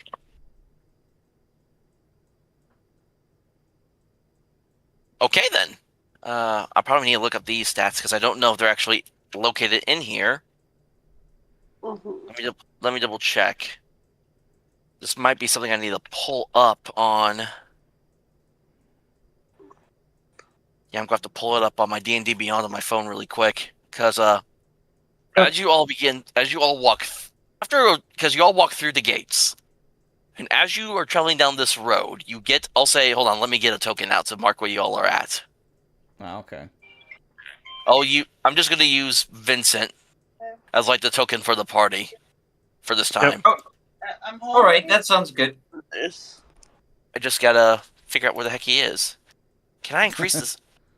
No, can I not increase your size? It doesn't look like it can. That's weird. Wow, you're saying that Dash is small? No, I'm saying Vincent's token is small. Oh, wow, that is tiny. Yeah, I don't know why it won't let me do it any bigger. Where are we on this map? It looks like we were just entering. We just went through the gates of Barovia. Yeah. I mean, this is all the wording on there. It's more for me, so I know where I'm at. Y'all, as characters, wouldn't actually know those were the gates of Barovia. Yeah, exactly. But just so that everybody or knows that where there's a we're village coming up. Yeah. So Yeah, exactly. hold on, I gotta pull up my D&D Beyond on my phone so I can try to get this. Wait, did I read that right?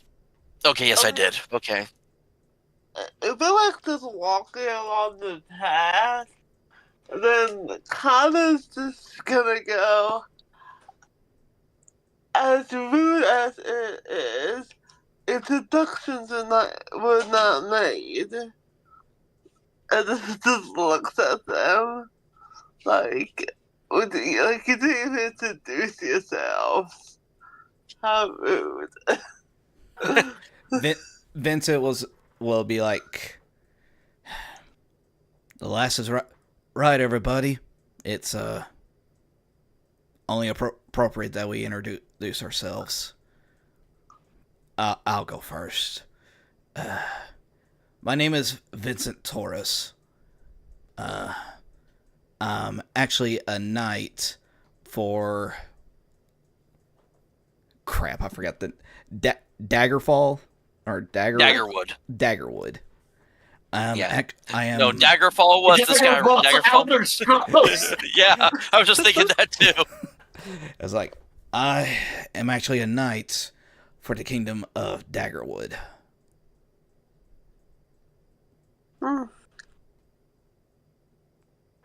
Right, a night. But anyway, person pushes me around the place. You can call me Valkiria Winter. I'm a paladin. Yada yada yada. I'm just here for coin. I'm a mercenary druid named Simon Heartwood. I normally overthrow tyrants and just basically help the common people and myself. But mostly I was here to help with a local werewolf problem, and I ended up getting attacked by zombies instead. Kannah's just looking at all of you thinking, oh my god, I am surrounded by maniacs. Oh my god. But on the outside, she's very composed. She just goes, What's happening? BellaRose, Lady Kannah BellaRose, I guess it was.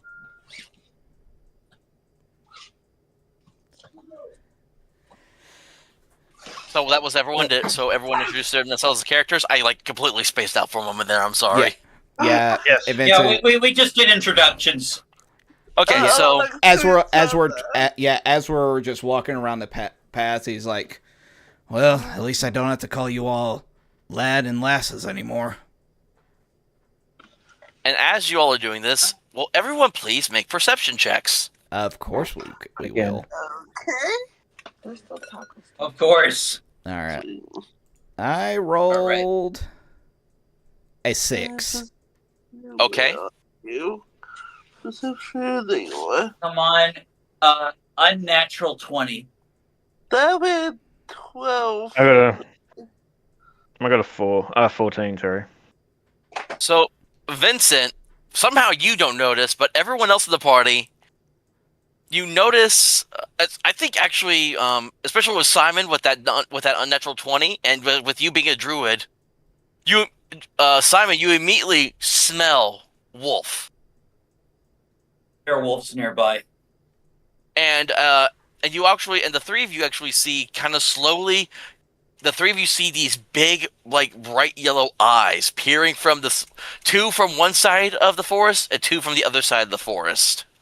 Oh, hell no. Shit. And as these 4 large dire wolves step out from the shadows of the forest and growl at you. I would say let me have one, but Kannah would not do that. I love Cool. direwolves. Sweet, Now- I can transform into them eventually. Now, let's go ahead and roll for initiative, everyone. Again. Oh no! What? Oh, oh man. I literally, I was only a couple times I rolled for encounters, and I got a roll that had an encounter on the way to down the road. I hate this. I got 8. I got a 21. I also got a 21.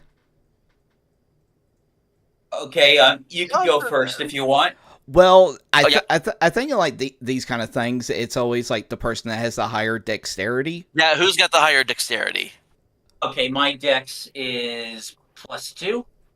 What's the number though? Oh, the actual number is 15. I got 14, so you technically got higher dexterity than me. All right. I roll so So- bad. I'm double checking something here really quick. Okay, and they only got a 16 for their initiative, so we start off with a dash at top of the round. All right. I'm going to cast. And he disappears from the Spike. camera. Oh, There we am go. I glitching out again? Damn it! No, you're no. good, you're good now. I thought you were talking about me for a second. I'm like, not again. No, it's just because just the way my second monitor is positioned, where I have my character sheet up. Okay, so I'm going to cast a spike growth on. Let's see, that is concentration. For Yeah, 10. again, Up to- how it's all set up, there's 2 dire wolves on the left side of y'all and 2 more on the right side of y'all, basically, on this path. Just to give y'all where, like, kind of an general idea of where the wolves are located at the moment. Pretty much just 2 on both sides. That's what Yes. you're saying. That's what I'm saying. Oh, they got pack tactics. Of course they Shit. do. Yeah, Fucking so- hell. Yeah, so I'm going to cast the spike growth, and I'm going to lay the spikes like around. I'll send a picture of how the spell works and put it in the group chat. Okay. I also have access to your character sheet too, so if I have to, absolutely, I can also just pull it up on my end, but this works too. So give me a second. Okay. Oh, Yeah, so that's I'm your gonna post- moonbeam from earlier. Yep. I was waiting for their spike growth. Okay. Yeah. Yeah, so it should give us a defensive perimeter. Okay. Oh, range area, 150 feet, 20 feet sphere. Is that what that's saying? And then concentration up to for 10 minutes. So yeah, about Oh, up to 10 minutes. Okay. Oh, but does that mean that if I attack you, you have to make a concentration check, basically? Yeah. Yeah, he'll have to make a constitution roll, and like he has to make a constitution save, and it has to be at least 10. Okay, so there's just a circle of spike growth around you all right now. Oh, and actually, it's a 20-foot radius. That means it's a 40-foot wide circle, which means I think it'd be safe to say you get all 4 of these wolves as I would say where the wolves are standing is right where all the spike growth starts up and attacks them. Oh, sweet. Nice. So that means go ahead and roll 2d4 then. All right. Okay, spike growth. Damage. So I'll just roll 2d4. Roll. Yeah, just roll 2d4. That's the damage they'll all take. No. Ignore that roll. Shit. Yeah. Okay. Now, is it spike growth all throughout that entire radius, or is it just like a circle of vine growth and then it's all open in the middle? I'm not 2d4. sure. Whatever the spell says. It's 2d4. 2d4. Oh shit. Okay. Okay. Here is the actual roll. Oh, yep. It looks like the entire ground within a 20-foot radius has thorn growths, with the exception of the spot where you guys are standing. Yeah, and it's difficult terrain. So one of them took 4 damage, I think. No, I just need you to roll 2d4 the once, and then that's all the damage all 4 of the wolves would take. So nice. Yeah, they all take 4 points of damage.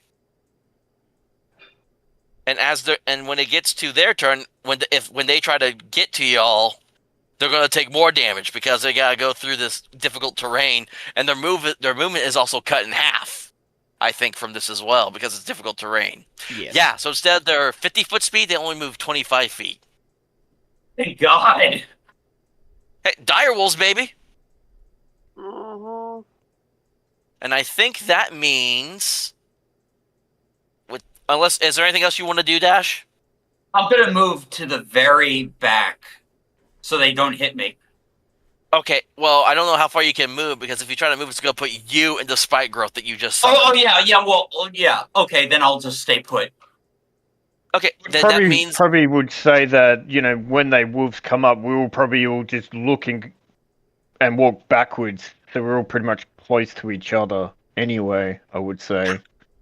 Because you made a 40-foot circle, basically, of vine growth. That means every 5 feet the wolves take. I may when it gets to them, I may just do a morale check on them to see if they think it's worth it trying to fight you all or not. Oh, sweet. We'll see here in a second. So it's your turn though, Roger. Vincent's up. Okay.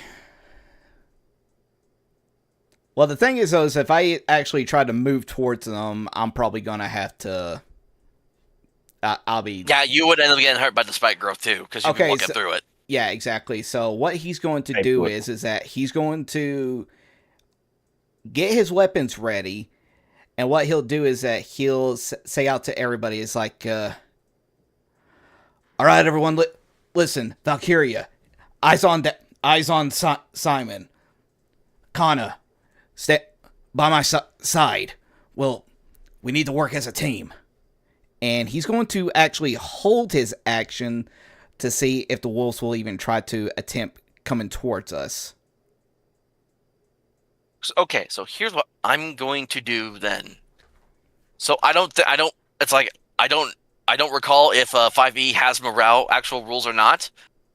So what I'm going to do for right now is I'm going to use her charisma score, which is a 7, and if I roll higher than a 7, they'll retreat on 2d6.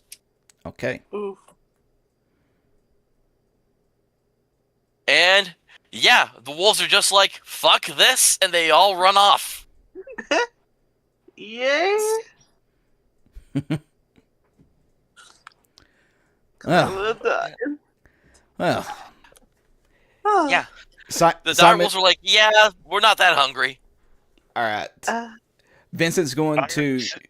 Yeah, Vincent's Okay. going to sheath his weapons, and he's going to pat Simon on the back. It's just like, quick thinking there, Simon. It was desperate thinking. That was my last second level spell slot. I'm going to sit there and go and yell out, I'm going to shove my axe up the person who gave me my goddamn mission. This is retarded. Oh Lord! That's what I'm going to yell out. Yeah, I could have been a barbarian, damn it. No, you really did. It's like, it's like just. It's like a powerful voice comes from heavens. You can't say that. Yeah. The job was supposed to be just take care of some damn werewolves. Like I thought, like I had this. I thought it would be dangerous. I thought I had it under control. I mean, I bumped into a paladin. Like it's everything has just gone wrong. Everything. And yes, those wolves almost killed us.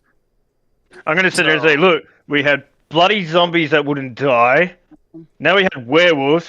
The only good thing was this guy bumping into me. That's about it. And, he's pretty cute as well, so... Oh, gee, thanks, miss. So, I assume you all continue after you get rid of the spike growth. Yes. Okay, so as you continue, towering trees whose tops are lost in heavy gray mist block out all but a death gray light. The tree trunks are unnaturally close to one another, and the woods have the silence of a forgotten grave, yet exude the feeling of an unvoiced scream. Damn. And as you all... what is everyone's passive perception? 9. Passive perception. It's a 9. It being your senses. Yeah. My passive is 15. Okay. What'd you say yours was, Bunny? 9. And Valkiria? Trying to work that out. What now? I think it's... where do you look at passive perception? Trying to help Valkiria. It's in the senses. It'd be underneath your saving throws. Oh, okay, yep. So So which what is one? Percentage is 13. No, what's your passive perception? Oh, passive is 9. So, See? Kannah, as you all are kind of walking through the wood, as you're like getting towards like the very last few feet of the woods, you catch the scent of death on the air. Wait, me? I only have 9. Wouldn't that be Simon? Oh wait, no. Oh yeah, that's right. I'm Yeah, sorry, so- I was Simon gonna with the say. 15. I completely misheard. I apologize, Simon. You catch the scent of death on the air with your 15. Oh, okay. You making sure? No, my passive percentage is 13. Okay, but Simon has the highest, so only Simon smells this at the moment, which is Dash. Yep. Uh-huh. I gave Yeah. you 90. That's all I had. Yeah, I sense death. Yep. Yeah. And What? and Simon, you can actually follow the scent if you wish to. Like maybe we should investigate. What? Are you crazy? We need to find shelter. So you want to follow the scent of death? Yeah, no. I am not doing this. Nope. Zombies was one thing. I am not doing this shit. Nope. What, Vincent? Should So- we follow ooh. the scent? What is it? Go ahead, Hunter? guys. I was just reading over something, but you guys go ahead. Tell me what y'all are doing. Do we follow the scent, Vincent? It could lead us to another possibility of finding out what exactly is going on around here. But So, I can already look and see that we need to get some proper rest. Yeah, I think maybe we should focus on finding shelter instead. Exactly. So you're not going to follow the scent, No, or are you? I'm confused. we're not. We're not. We're not. We're not Okay. going to. But due to Simon know exactly where it's at, we know where to actively avoid. You know what, Simon? Make a perception check with advantage. All right. Sounds like the DM wants And- us to go to death. Again, you can right click on it in order for the Okay, advantage. so but- the highest number was 18.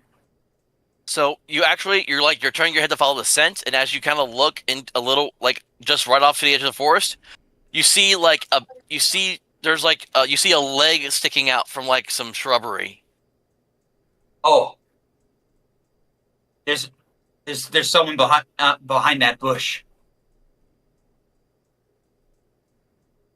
Okay, can I go over there and try and pull the leg out? Just you? Well, okay, so Or I you say, all go- does anyone want to help me see what's behind there and grab the leg or whatever? I'm not touching that, though. Yeah. Okay. so- Okay. How about I just read you all this then instead? The foul scent leads you to a human corpse half buried in the underbrush about 15 feet from the road. The young man appears to be a commoner. His muddy clothes are torn and raked with claw marks. Crows have been at the body, which is surrounded by paw prints. The man has obviously been dead for several days. He holds a... Oh no, he doesn't have this in his hand, because... Vincent, as you lay eyes on this man, you recognize him as the messenger that delivered the letter to your king.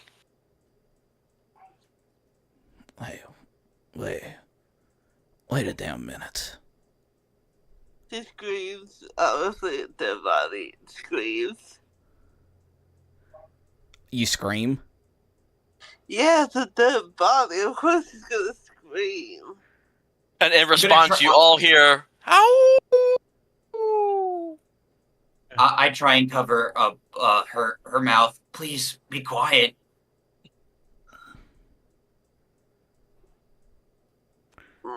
Yeah, that's just one of that. Another thing, because you're touching her mouth. You really got his wrist. Don't touch me.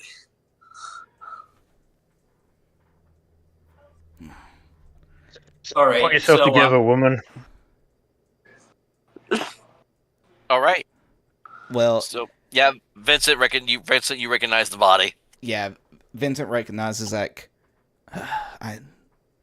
I recognize this lad. He came and delivered a message to my king, who sent me out on this quest. I guess he died on his way back. Yeah. So I would also let you know, Simon, because you're a druid, you could easily tell that the paw prints were probably from the same dire wolves that y'all just faced down earlier. Yeah. These prints look like they're from the wolves we saw earlier. I guess we know who the killers are. Okay, I'm gonna sit there and say, hang on 1 second. So stop Vincent from talking. I'm gonna say, wait, you recognize this person who gave you your quest to come here? Yeah. Can that's I right. actually... I'm gonna then say, okay, fine. I'm gonna walk over. Can I actually have either tell if that was the same messenger? Do I need to do a roll or something like that? So I will for Valkiria, it is not the same person that gave you your letter. It is a completely different person. Okay. Now, can I do something to... pretty much, it's like, is there any way I can, like, investigate the body to see if there might be any more clues on him? I would just tell you right now, you're not gonna find anything on him. Okay. If you do, like, you pat him down really quick, but nothing else is on this guy's body. All right. Well, are his eyes open? He has. Well, no, he has no eyes. They've been picked out by crows. Yeah. That makes sense. Alright, well, he'll still at least, like, close the eyelids or something like that. Try to show some monicum of respect to him. Ugh. We can't. He's gonna get up. He's like, we can't linger here any longer. We need to find shelter. All right, so I'm trying to. Hold on, I'm double checking something here. Because Yeah. y'all. I'll say y'all will get down here, and I'm trying to think how many. Okay, because like, well, hours have been going by as y'all have been just walking down this road. We'll say about 3 to 4 hours, give or take, have passed as you all been making your way down this road. Okay. Oh, that's not the right button Yep. I want. And as you all reach this opening right here, like you leave you exit the forest, and it just expands out. You can actually see from the distance a river flowing as clear as blue winter sky through the valley. And then, in the distance, about another, where you all are, about another like 2 miles ahead of y'all, you see kind of like the distant outline of a town. Oh, finally. Yeah, we ain't got too much further to go. Let's just hope these people are actually more friendly than everything else around here. Right. But just make sure that we might be out of the woods, but that doesn't mean that we're out of danger just yet. So again, no sunlight shines on this land as y'all are making your way down this road. It is just a bright, cloudy day. And eventually, within like the next following hour, because again, it's only like 2 miles. Yeah. As you approach the village, tall shapes loom out of the... Wait a minute. Yeah, approaching the village, tall shapes loom out of the dense fog that surrounds everything. The muddy ground underfoot gives way to slick, wet cobblestones. The tall shapes become recognizable as village dwellings. The windows of each house stare out from pools of blackness. No sounds cut the silence, except for mournful sobbing that echoes through streets from the distance. Oh. Damn.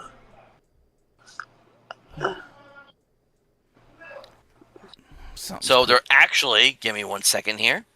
There actually is a map for this. Let me get that really quick. Yeah, okay. Yeah, Vincent will just be like, something clearly has happened around here. Castle Strahd. Village of Barovia. Well, that's... yes, this is what I want. Add. And... Insert title. Alright. Okay. So you all would be entering about... So even though it's kind of orientated weirdly on the map, you all would be entering about... Hold on. Try to get a token to represent all you're walking through again. Using Vincent still. Okay, did it... I don't even know. No, it didn't add you. I did not click it hard enough, apparently. Alright, Okay, so... Yeah, your tiny little self.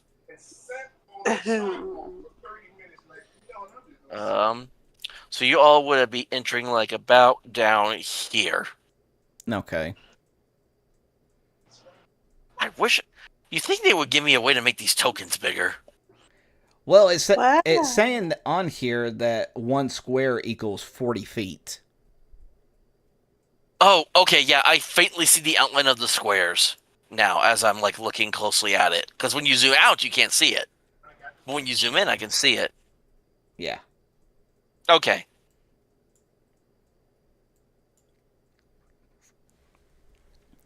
Yeah. So we're pretty much just past like these two houses and coming up to these other two big ones. Then. Yeah, you all are kind of like down here, and it's like again, there's like mist all around, but you can all still see, and you hear just the sounds of sobbing echoing through the streets.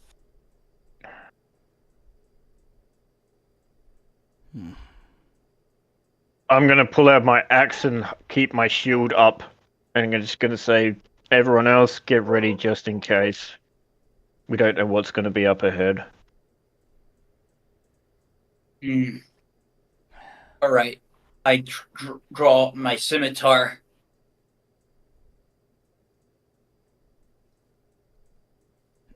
Everybody. Yeah. Yes, everybody. Be on guard, but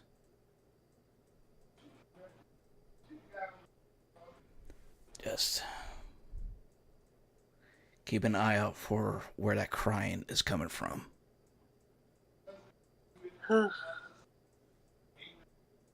Yeah, I'm trying to think something here really quick.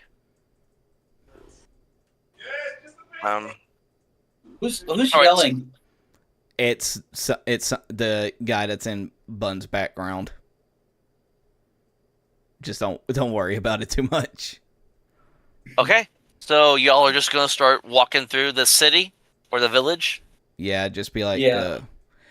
kind of like just probably like towards the direction of where the crying is coming from. It's kind of hard to tell for you because it seems to echo throughout the streets. That's not good. I'm gonna turn around and say,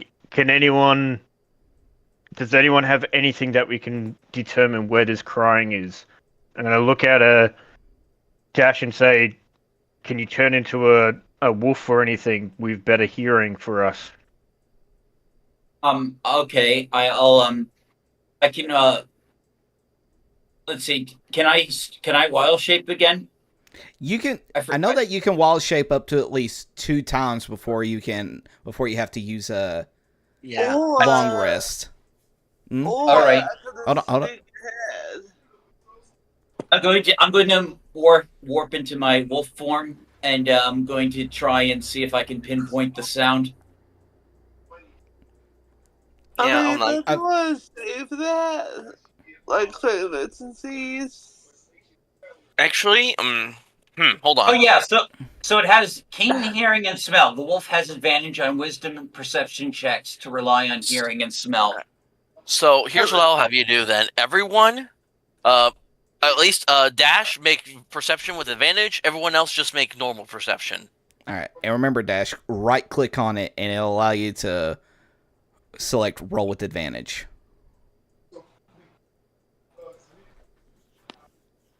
Okay. 15. 4. Perception. Right. I think that was only.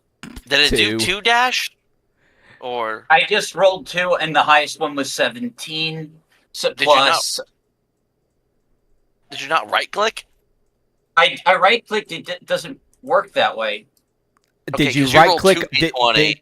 Did you right click on the number? Oh, the number. But the thing is, I'm using the wolf stats. Oh yeah, that's that's right. right. That's right. But actually, I think I might have higher stats than the wolf, and I think they might be my stats. What? I need to read the wild shape rules again. Well, what? All right. So basically, you keep your intelligence, wisdom, and charisma. So I would say, like, what is your wisdom modifier? A wolf does have a +5. perception. Okay, so yeah, that's basically gave you a 22 then. Yeah, you got a 22. And then because you got a 7 for one, you basically got a 12 and a 22 for your 2 rolls. I'll keep those. And then Kannah, you also begin to hear you and basically Wolf, Simon, and Kannah with their hearing lock onto where this sound is coming from. Does it seem like it is all coming from the same general direction? the two can tell which direction it's coming from. Okay. Which Yeah, is it's so a I can't- building. It's like a building from like how do I want to describe it? Kind of like a little east from y'all. Okay. Okay. So hold on, I'm going to. Okay, so as you all begin to make your way through, you actually do see, like, there is signs of life as you see, like, curtains get drawn shut, doors slam closed, windows slam shut. So there is people here, Okay. and Okay. and I will allow, especially with your Simon, you are able to lead them. I'd say about after like 10, 15 minutes to this house right here, which is marked E3 on this map. All A right. moaning sob floats through the still gray streets, coloring your thoughts with sadness. Sounds flow from a dark, 2-story house. Mhm. Right. I lead you guys to the door.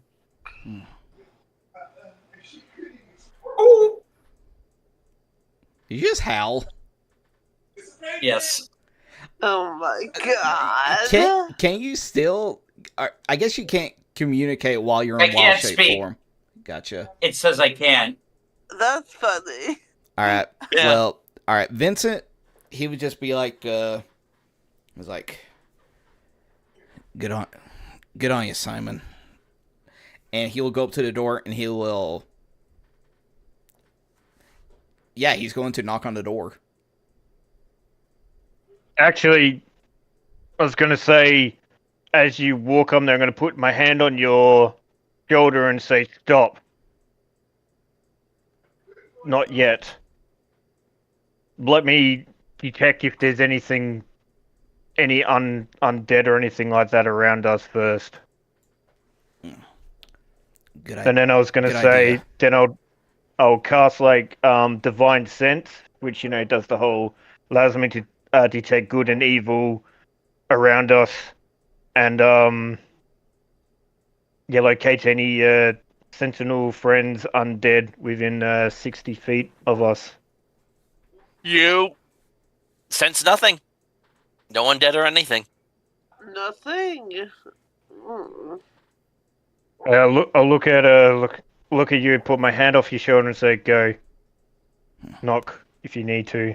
He's like, good idea. Good idea on your end, Valkiria. And yeah, Vincent is just going to like knock on the door. Okay.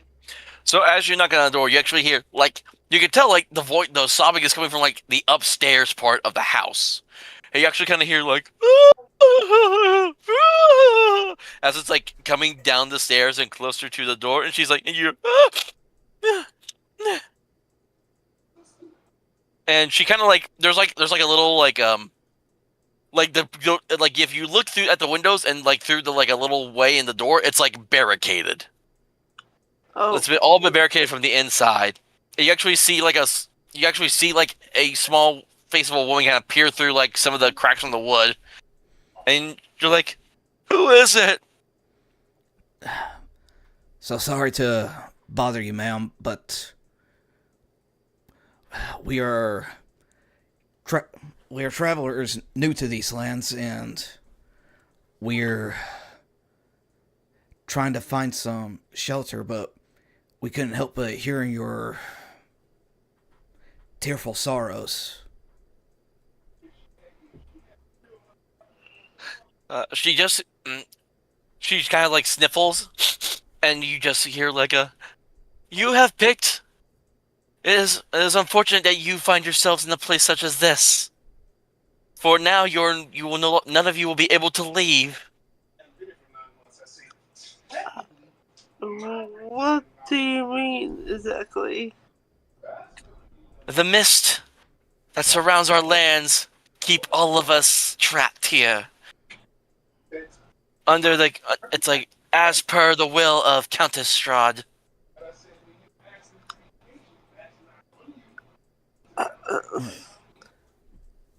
Wait. So we're trapped in these lands, ma'am? Unfortunately, so. It's like, and she's like, I fear for my own daughter, Gertruda. She broke out of my house not too long ago, and I have not heard from her since.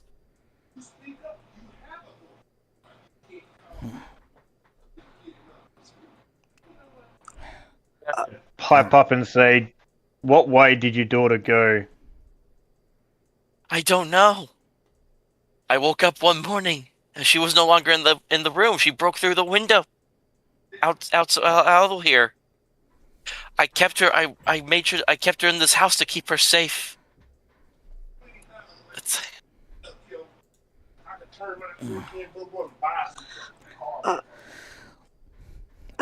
Vincent's gonna. Yeah, go ahead, Bun. No, that's just, she's just like not comprehending. We're not stuck here. She's also on her own little quest in her head. And so she's just like, wait, we're stuck here? And there's yes. no way out at all. Only the Festani are allowed to travel travel through the mist without harm, as they, what's the word I'm looking for here? Immune. As they acquired Countess Strahd's goodwill. Is that something we can get?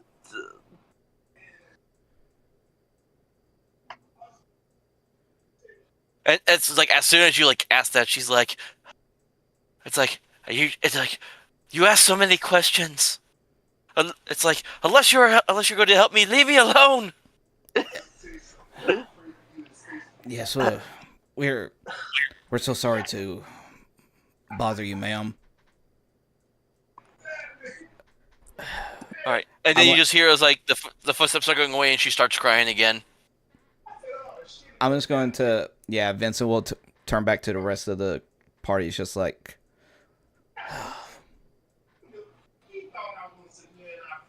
so, what do you all suggest?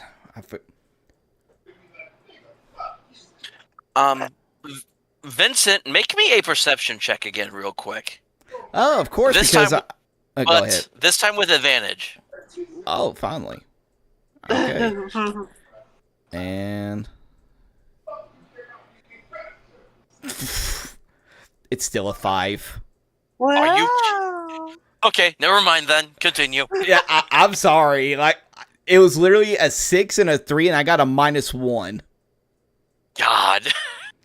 Wow. I'm gonna sit there and say, look, I think best we need to find either a tavern or a pub or somewhere so we can sit down and work out what the hell we just walked into. Hold on, I'm trying to hold on. I'm looking up something here really quick. I don't even. What, was somebody Holy- fucked up a perception check that No. badly? Yeah. They don't even have a. Oh, there is a tavern. Okay. Okay. I thought I did. So Yeah. So back up the way y'all would have came, y'all would have noticed a large building, kind of almost in the center of the village. And as you look back, you see smoke, kind of just pouring out of it from where y'all are standing. Okay, in front of that house still. I'm going to assume that it's either the E1 or the E2 building. It's the E2 building. I had a feeling it was the Yep. E2. I was like, yeah, it's just like Valkyria's right. We need to actually rest up. We've been traveling for so long. We need to set our grounds and figure out what we need to do going forward. So I guess you all are going to start heading that way. Yes. Yeah, so you have a different idea, but yeah. Great. So as Yeah. you all make your way, a single shaft of light thrusts illumination into the main square, its brightness looking like a solid pillar in the heavy fog. Above the gaping doorway, a sign hangs precariously askew, proclaiming this to be the Blood on the Vine Tavern. And I think as we see you approaching and we kind of see that sign just kind of swinging with a small breeze, I think this may be a good stopping point for this session today. Woo! Okay. Oh my god. Thank God we don't get to die. I was this close. Like, what the hell? I mean, those zombies should have been easy for y'all. They were armor class 8, only like 30 hit points. But my dice just did not like y'all apparently tonight. Yeah, it seemed. apparently. Apparently. Yeah, sure, they were like easy zombies, you know? Whatever. Yeah, Rigged. Rigged. wait. Really? Yeah, like for a 5e module, this was pretty heavy hitters. Like normally, like they just throw like goblins and stuff at you. There aren't really goblins that often that come up in the Curse of Strahd module, surprisingly enough. Yeah. Well, Goblins are I not a wouldn't- common thing. I wouldn't think they would be because, like, this is a horror themed one, so they're going to keep all the monsters mostly gothic. Well, I'm gonna say this would probably be more like the undead stuff. More we'll be fighting, correct? Yes and no. There's a lot of different like dark things and horrors that y'all will end up fighting in this campaign for sure. yeah. I was gonna say like, when the zombies were making their noises, did they actually know a language, or is that just no language? Zombies. I don't think zombies. Hold on. Let me pull up the stats because I was using a specific zombie stat that's in the book Okay. for these guys, and they have an intelligence of mind. They have an intelligence of 3, so no, they would not Gotcha. know a language. Okay. All right. Yeah, they literally have a -4 modifier to their. Uh-huh. Yeah, like I said, it was just bad rolls, especially for that last perception check. Like, holy shit. You and your rolls? Yeah, no. And I need to double check one more thing here really quick, just to make absolutely sure about something. All Because right. I know I saw it here in the book. I just can't remember which section I saw it in. Not the handouts. Okay, hold on. Okay, nope, we're still good then. I was just double checking something here. Okay. Okay, because I was checking, they have areas set by level, so I was double checking to make sure, like, do I need to level up? But nope, y'all don't get that privilege yet. I would assume not. Right, we literally just started. Yeah, you level up. Nope, not yet. Yeah, because we're not. Don't worry, we're not going to be doing XP, because then that would just take forever. So Yeah. Oh, we're not level doing up then. traditional. Oh yeah, nice. All right, level 4. no, you're not. No one's leveling up We're yet. not leveling up yet, Okay. Nash. I'm sorry. My mind is mush. Like right now, it's the ADD. The zombies did them in. The zombies. No, I get it. Yeah, but that was session 1 of Curse of Strahd. At least my interpretation, I'm going for it because I told everyone before when we were all talking about this, like, hey, if I'm running this game, I'm changing a lot of things about it to make it feel a little bit more unique because this module is a game that has been ran like crazy, and you can find like 20 different podcasts and shows of people running this module. I think the most favorite one is like there's Legend of Adventure's Curse of Strahdanya. It's like one of the most popular ones where they also did a female Count Strahd. Sounds And it was tasty. Yeah. And so yeah. What do y'all think so far? Pretty good so far. Yeah. A tough encounter. We survived. It's a lot of creepy stuff, a lot of mystery. I'm digging it. I don't care too much how you decided to make my men the zombies we encountered. I don't appreciate that. Oh, poor baby. Sorry, not sorry. I'm actually gonna say I almost feel like my character and Roger's character is probably gonna punch each other one day. Oh yeah, I totally see it. Well, yeah, I'm also thinking. because it was the whole entire thing of you just bashing that one in with your shield. And I was just like, that was my man, you fucking bitch. Because I actually want, if we go to the tavern, if we all get drunk, I'm pretty sure one of us is gonna say something, and then we're gonna revert back to then, and then it's just gonna be hand swinging, chairs throwing, or something like that. Valkiria, your character's a woman, right? Yeah. Yeah, so so that'd be interesting. Like, you wouldn't hit a woman. And then he hits a woman. If this is just like I'm an equal advocate rights. No, I was gonna do the line from the greatness of Konosuba of I'm an advocate for gender equality. Well, I was gonna say, but also I'm a drow, and isn't drows pretty not very liked a lot? Yeah, well, males, yeah. That is the question, because I don't think, especially for you, drow probably aren't common. So you're like one of the few drow that's like not wandering the Underdark. Because every time when I play Baldur's Gate 3, I'm always the drow, and they always seem to hate me every single time. It's like, what the hell? Like, calm down, people. Well, yeah, drow are like, because like their goddess is evil. They have like inherently evil stuff. It was like this whole thing the SJWs were complaining about. Like, oh my god, why is this part of the lore? Because it's the lore, damn it. Yeah, well, I knew that, and that's why I always go drow, because it's so much fun playing Baldur's Gate 3 as one.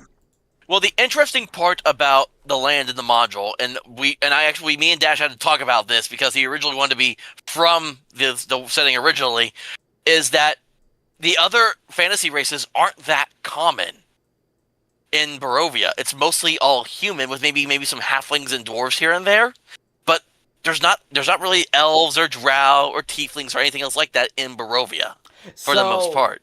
So it's actually a good thing that I did go with a human, due to the fact that if we want people to actually interact with us, it'd probably be better for them to actually interact with somebody that is of the same race as them if they mainly only interact with humans.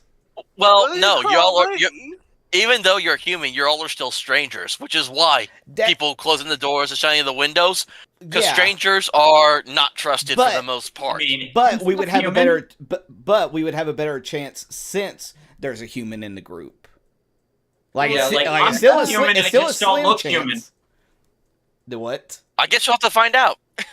Yeah. I was going to say you could either roll for it or whatever like that, but I think that majority of us will probably get looked at and say, "Hell, I'm not serving you. You're a whatever the hell you are." I mean, I was about to say is that Bun's character still looks human. She just covers her face to hide the vampire teeth. Yeah, that's the thing, because Kannah is a Dhampir. She's half vampire, but that's not a common thing.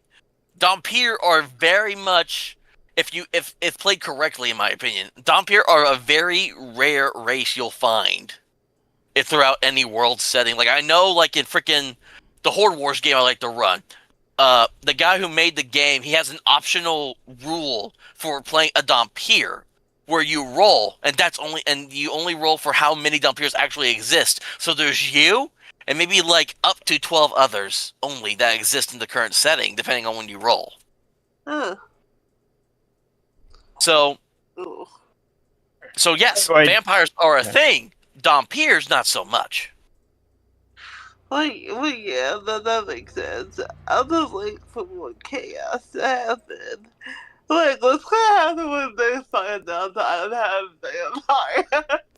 Well, what's gonna happen whenever we actually find out who Strahd is learning it's a vampire, and then we figure out that you're part vampire. That's going to be the interesting Well, part. you don't know about Constance Strahd like 100%. You got the name. Yeah, that's what and I'm saying. She knows the name.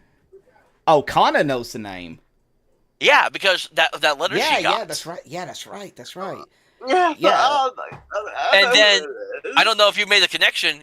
Vincent and Valkiria got very different letters Yeah. from the same person, apparently. On that, I'm not that versed in D&D and all that sort of stuff, but Bunny's character, she's half vampire. Mm-hmm. Yes. Now, every time I do the divine sense, wouldn't I detect something? Wait, yeah. Or not? Ooh, that's a very good question, actually. Because I did that twice. Oh, that's it. But like, this person here. Oh no, go. Sorry. You can role play it. Well, I was gonna say talk about the whole thing with the Drows from earlier. Gamerman in the chat is like, in Forgotten Realms, Drow have long history of doing evil, enslaving surface people, and committing dark ritual sacrifices. So yes, Drow are hated. We love dark sacrifices. That's Now, why I'm an oathbreaker, because I decided to break away from that whole entire thing as well. My thought process would be, I think there is a big distinguish between a vampire and a Dhampir, because Bunny's character was raised by her human mother all her life, not by the vampire father. Yes, Right, exactly. I think that does make the difference. Yeah, that would make the difference. But the thing is that if she doesn't tell us about all this, and we find out more about the Strahd, and somehow, some way, the mask comes off and we see those vampire teeth, we're not going to think, oh, maybe this person was raised by the mother. No, it's like, we're going to see fangs. We're going to think, oh shit, vampire, kill. We're doing a lot of metagaming for just finishing the first session. I know, but it's fun. It's fun hypothesizing stuff like this. Well, no. Yeah. See, we can do that, okay. But the thing is that because we're now distinguished that I can't tell that she's actually evil or anything like a normal vampire, I could always I would be able to say, wait a second, I do not detect, evil, whatever, something like that on those terms as well. That's another good thing. That's true, yeah. Because again, I've done divine sense twice, and it technically should, bring up if Bunny was evil or undead or anything. Let me read how divine sense works really quick. Yeah, Kai, we're still on air, right? I know. Well, we haven't done like a proper ending to it yet. Yeah. We've just been like chatting and all that. Yeah, like technically, out of everybody here, the person that we should be the most like side-eyeing right now is Valkiria, just because of the fact that she's a drow. Yeah. But we also option to use. You must hold on. Sorry, I'm reading. Apologies. No, you're good. But the thing is, though, is that we know that she's a drow. But I think for like a good way to go about with it is that we're all still in shock from it all, and we haven't put like 2 and 2 together as like, wait a second, oh shit, this person's a drow. Wait, no. Well, no, I think I could clearly see there was a drow when when she tripped over me over the road. So Rain Divine Sense. As an action, you can detect good and evil. Until the end of your next turn, you can sense anything affected by the Hallow spell or know the location of a celestial, fiend, or undead within 60 feet that is not behind total cover. Kannah is not celestial, fiend, or undead. Yeah, that is true. And so I was asking, like, with the question, that's all. Yeah, so now that I actually read that description, no. Your thing would not mark her as any of those, and I don't think it would necessarily mark her as it wouldn't mark her as good or evil either. Because she's what are you, chaotic neutral? Or chaotic good? No, I'm chaotic neutral. Yeah, because it's probably like I picture it like and how you define sense works when it comes to like defining good and evil, it's probably more like a gold aura for good, maybe more towards like a black for evil, and then neutral is more like a gray. Yeah, I love it. Gray. Sleep. Yeah, basically, figuratively and literally morally gray. Yes. Goal achieved. I'll say this with the way that Gamerman is going on about the also due to Drow matriarchal society, the Drow players should be weirded out by the strong men. Yeah, that would be a thing, considering that in Drow society that the women are the ones in charge. So technically, that would also make sense on why she would also be butting heads with Vincent. Because Simon, you don't come off as a strong man. Well, that's why when I was bashing the zombie up, you pushed me and I glared at you, and I was almost about to get into the fight because it's like, whoa, what the hell, a man touching me like that? And when Simon bumped into me, it's like, cute little thing, like little puppy dog. Yeah. Gamerman is like a friend of mine, and I play in games that I've been a player in games he's ran too. So he's very much like on top of like rules and lore and all that. Just rules and lore in general. That's nice to have. Yeah. Yeah, he's a good dude. He can get he can be a little bit full of himself sometimes. Oh, hey, Jace, how's it going? Cancel this podcast. Yeah. I don't know if that's a good thing to see in the chat. Nah, he's good. He's good people. He's good people. That's good. Yeah, I've seen him in other ones. In Chase's game, I put Samaya, the Drow elf. Yeah. And in the dungeon, the other Drows are like, are you like?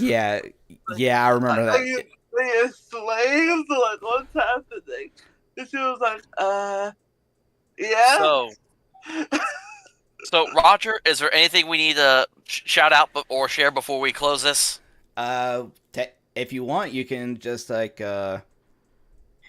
play yourself if you have like any kind of content and whatnot before we officially end the stream. I mean, yep. So if y'all go down to the description of this video, all our YouTube usernames have been tagged, so you can all subscribe and like our videos and channels if you want to. You can follow the majority of us on X. I am at UltraTTRPGer on X2 under the Ultra American TTRPGer. Dash, share your stuff. Yeah, I'm on YouTube, Rumble, and X. I'm also on Kick. I got a new video out that I just put in the Rumble chat if anyone wants to take a look at that, especially if you're a Dragon Quest fan. All right. Roger, where can everyone find you? You can find me on X at Roger Hopkins CTP. You can also follow my other channel, Country Time Pop, where pretty much it's covering news and reviews of everything pop culture, just with a southern twist. All right. Valkiria, anything you want to shout out? The only thing I'm going to shout out is do follow these individuals that we have here. I'm just a gamer. I jump in here just to have fun and enjoy. That's pretty much it. Like, don't worry about me too much. All right. And last but definitely not least, our wonderful Miss Bunny. You know what to find this little bundle of chaos on X at Chaos Bunny DT. I do have a YouTube, but there's almost nothing on it. Yeah, you're just waiting until you get your VTuber model. Yes, exactly, yes, but just go to the on X. I have my other links on my account, so yay! It's been so long since you've done it that you completely forgot, Bun. Yeah. It's pretty much her whole entire thing at the end of all the videos that she would be in. She's like, you can follow me at Chaos Bunny VT. That's chaos with a K, not a C. I know. Do- It's been so long. Oh my god. Do we have a date for when we're going to do session 2, or no? It should be. The next one should be on October 5th, because next Sunday will be the next session for my other game that I run on Sundays of Perils of Pandora. So we're looking at bi-weekly then, unless things Yes. weirdly change. Okay. Yep, so just so everyone, mark your calendars. Bi-weekly here on Rustic Rollers, Curse of Strahd. Thank you all for joining in for the debut session. Me getting to have fun with the 5e in my own way, and joining with Roger, Dash, Valkiria, and Bunny. You all have a wonderful night, and don't get too crazy when you go into work tomorrow on Monday. Yeah, take care, everyone.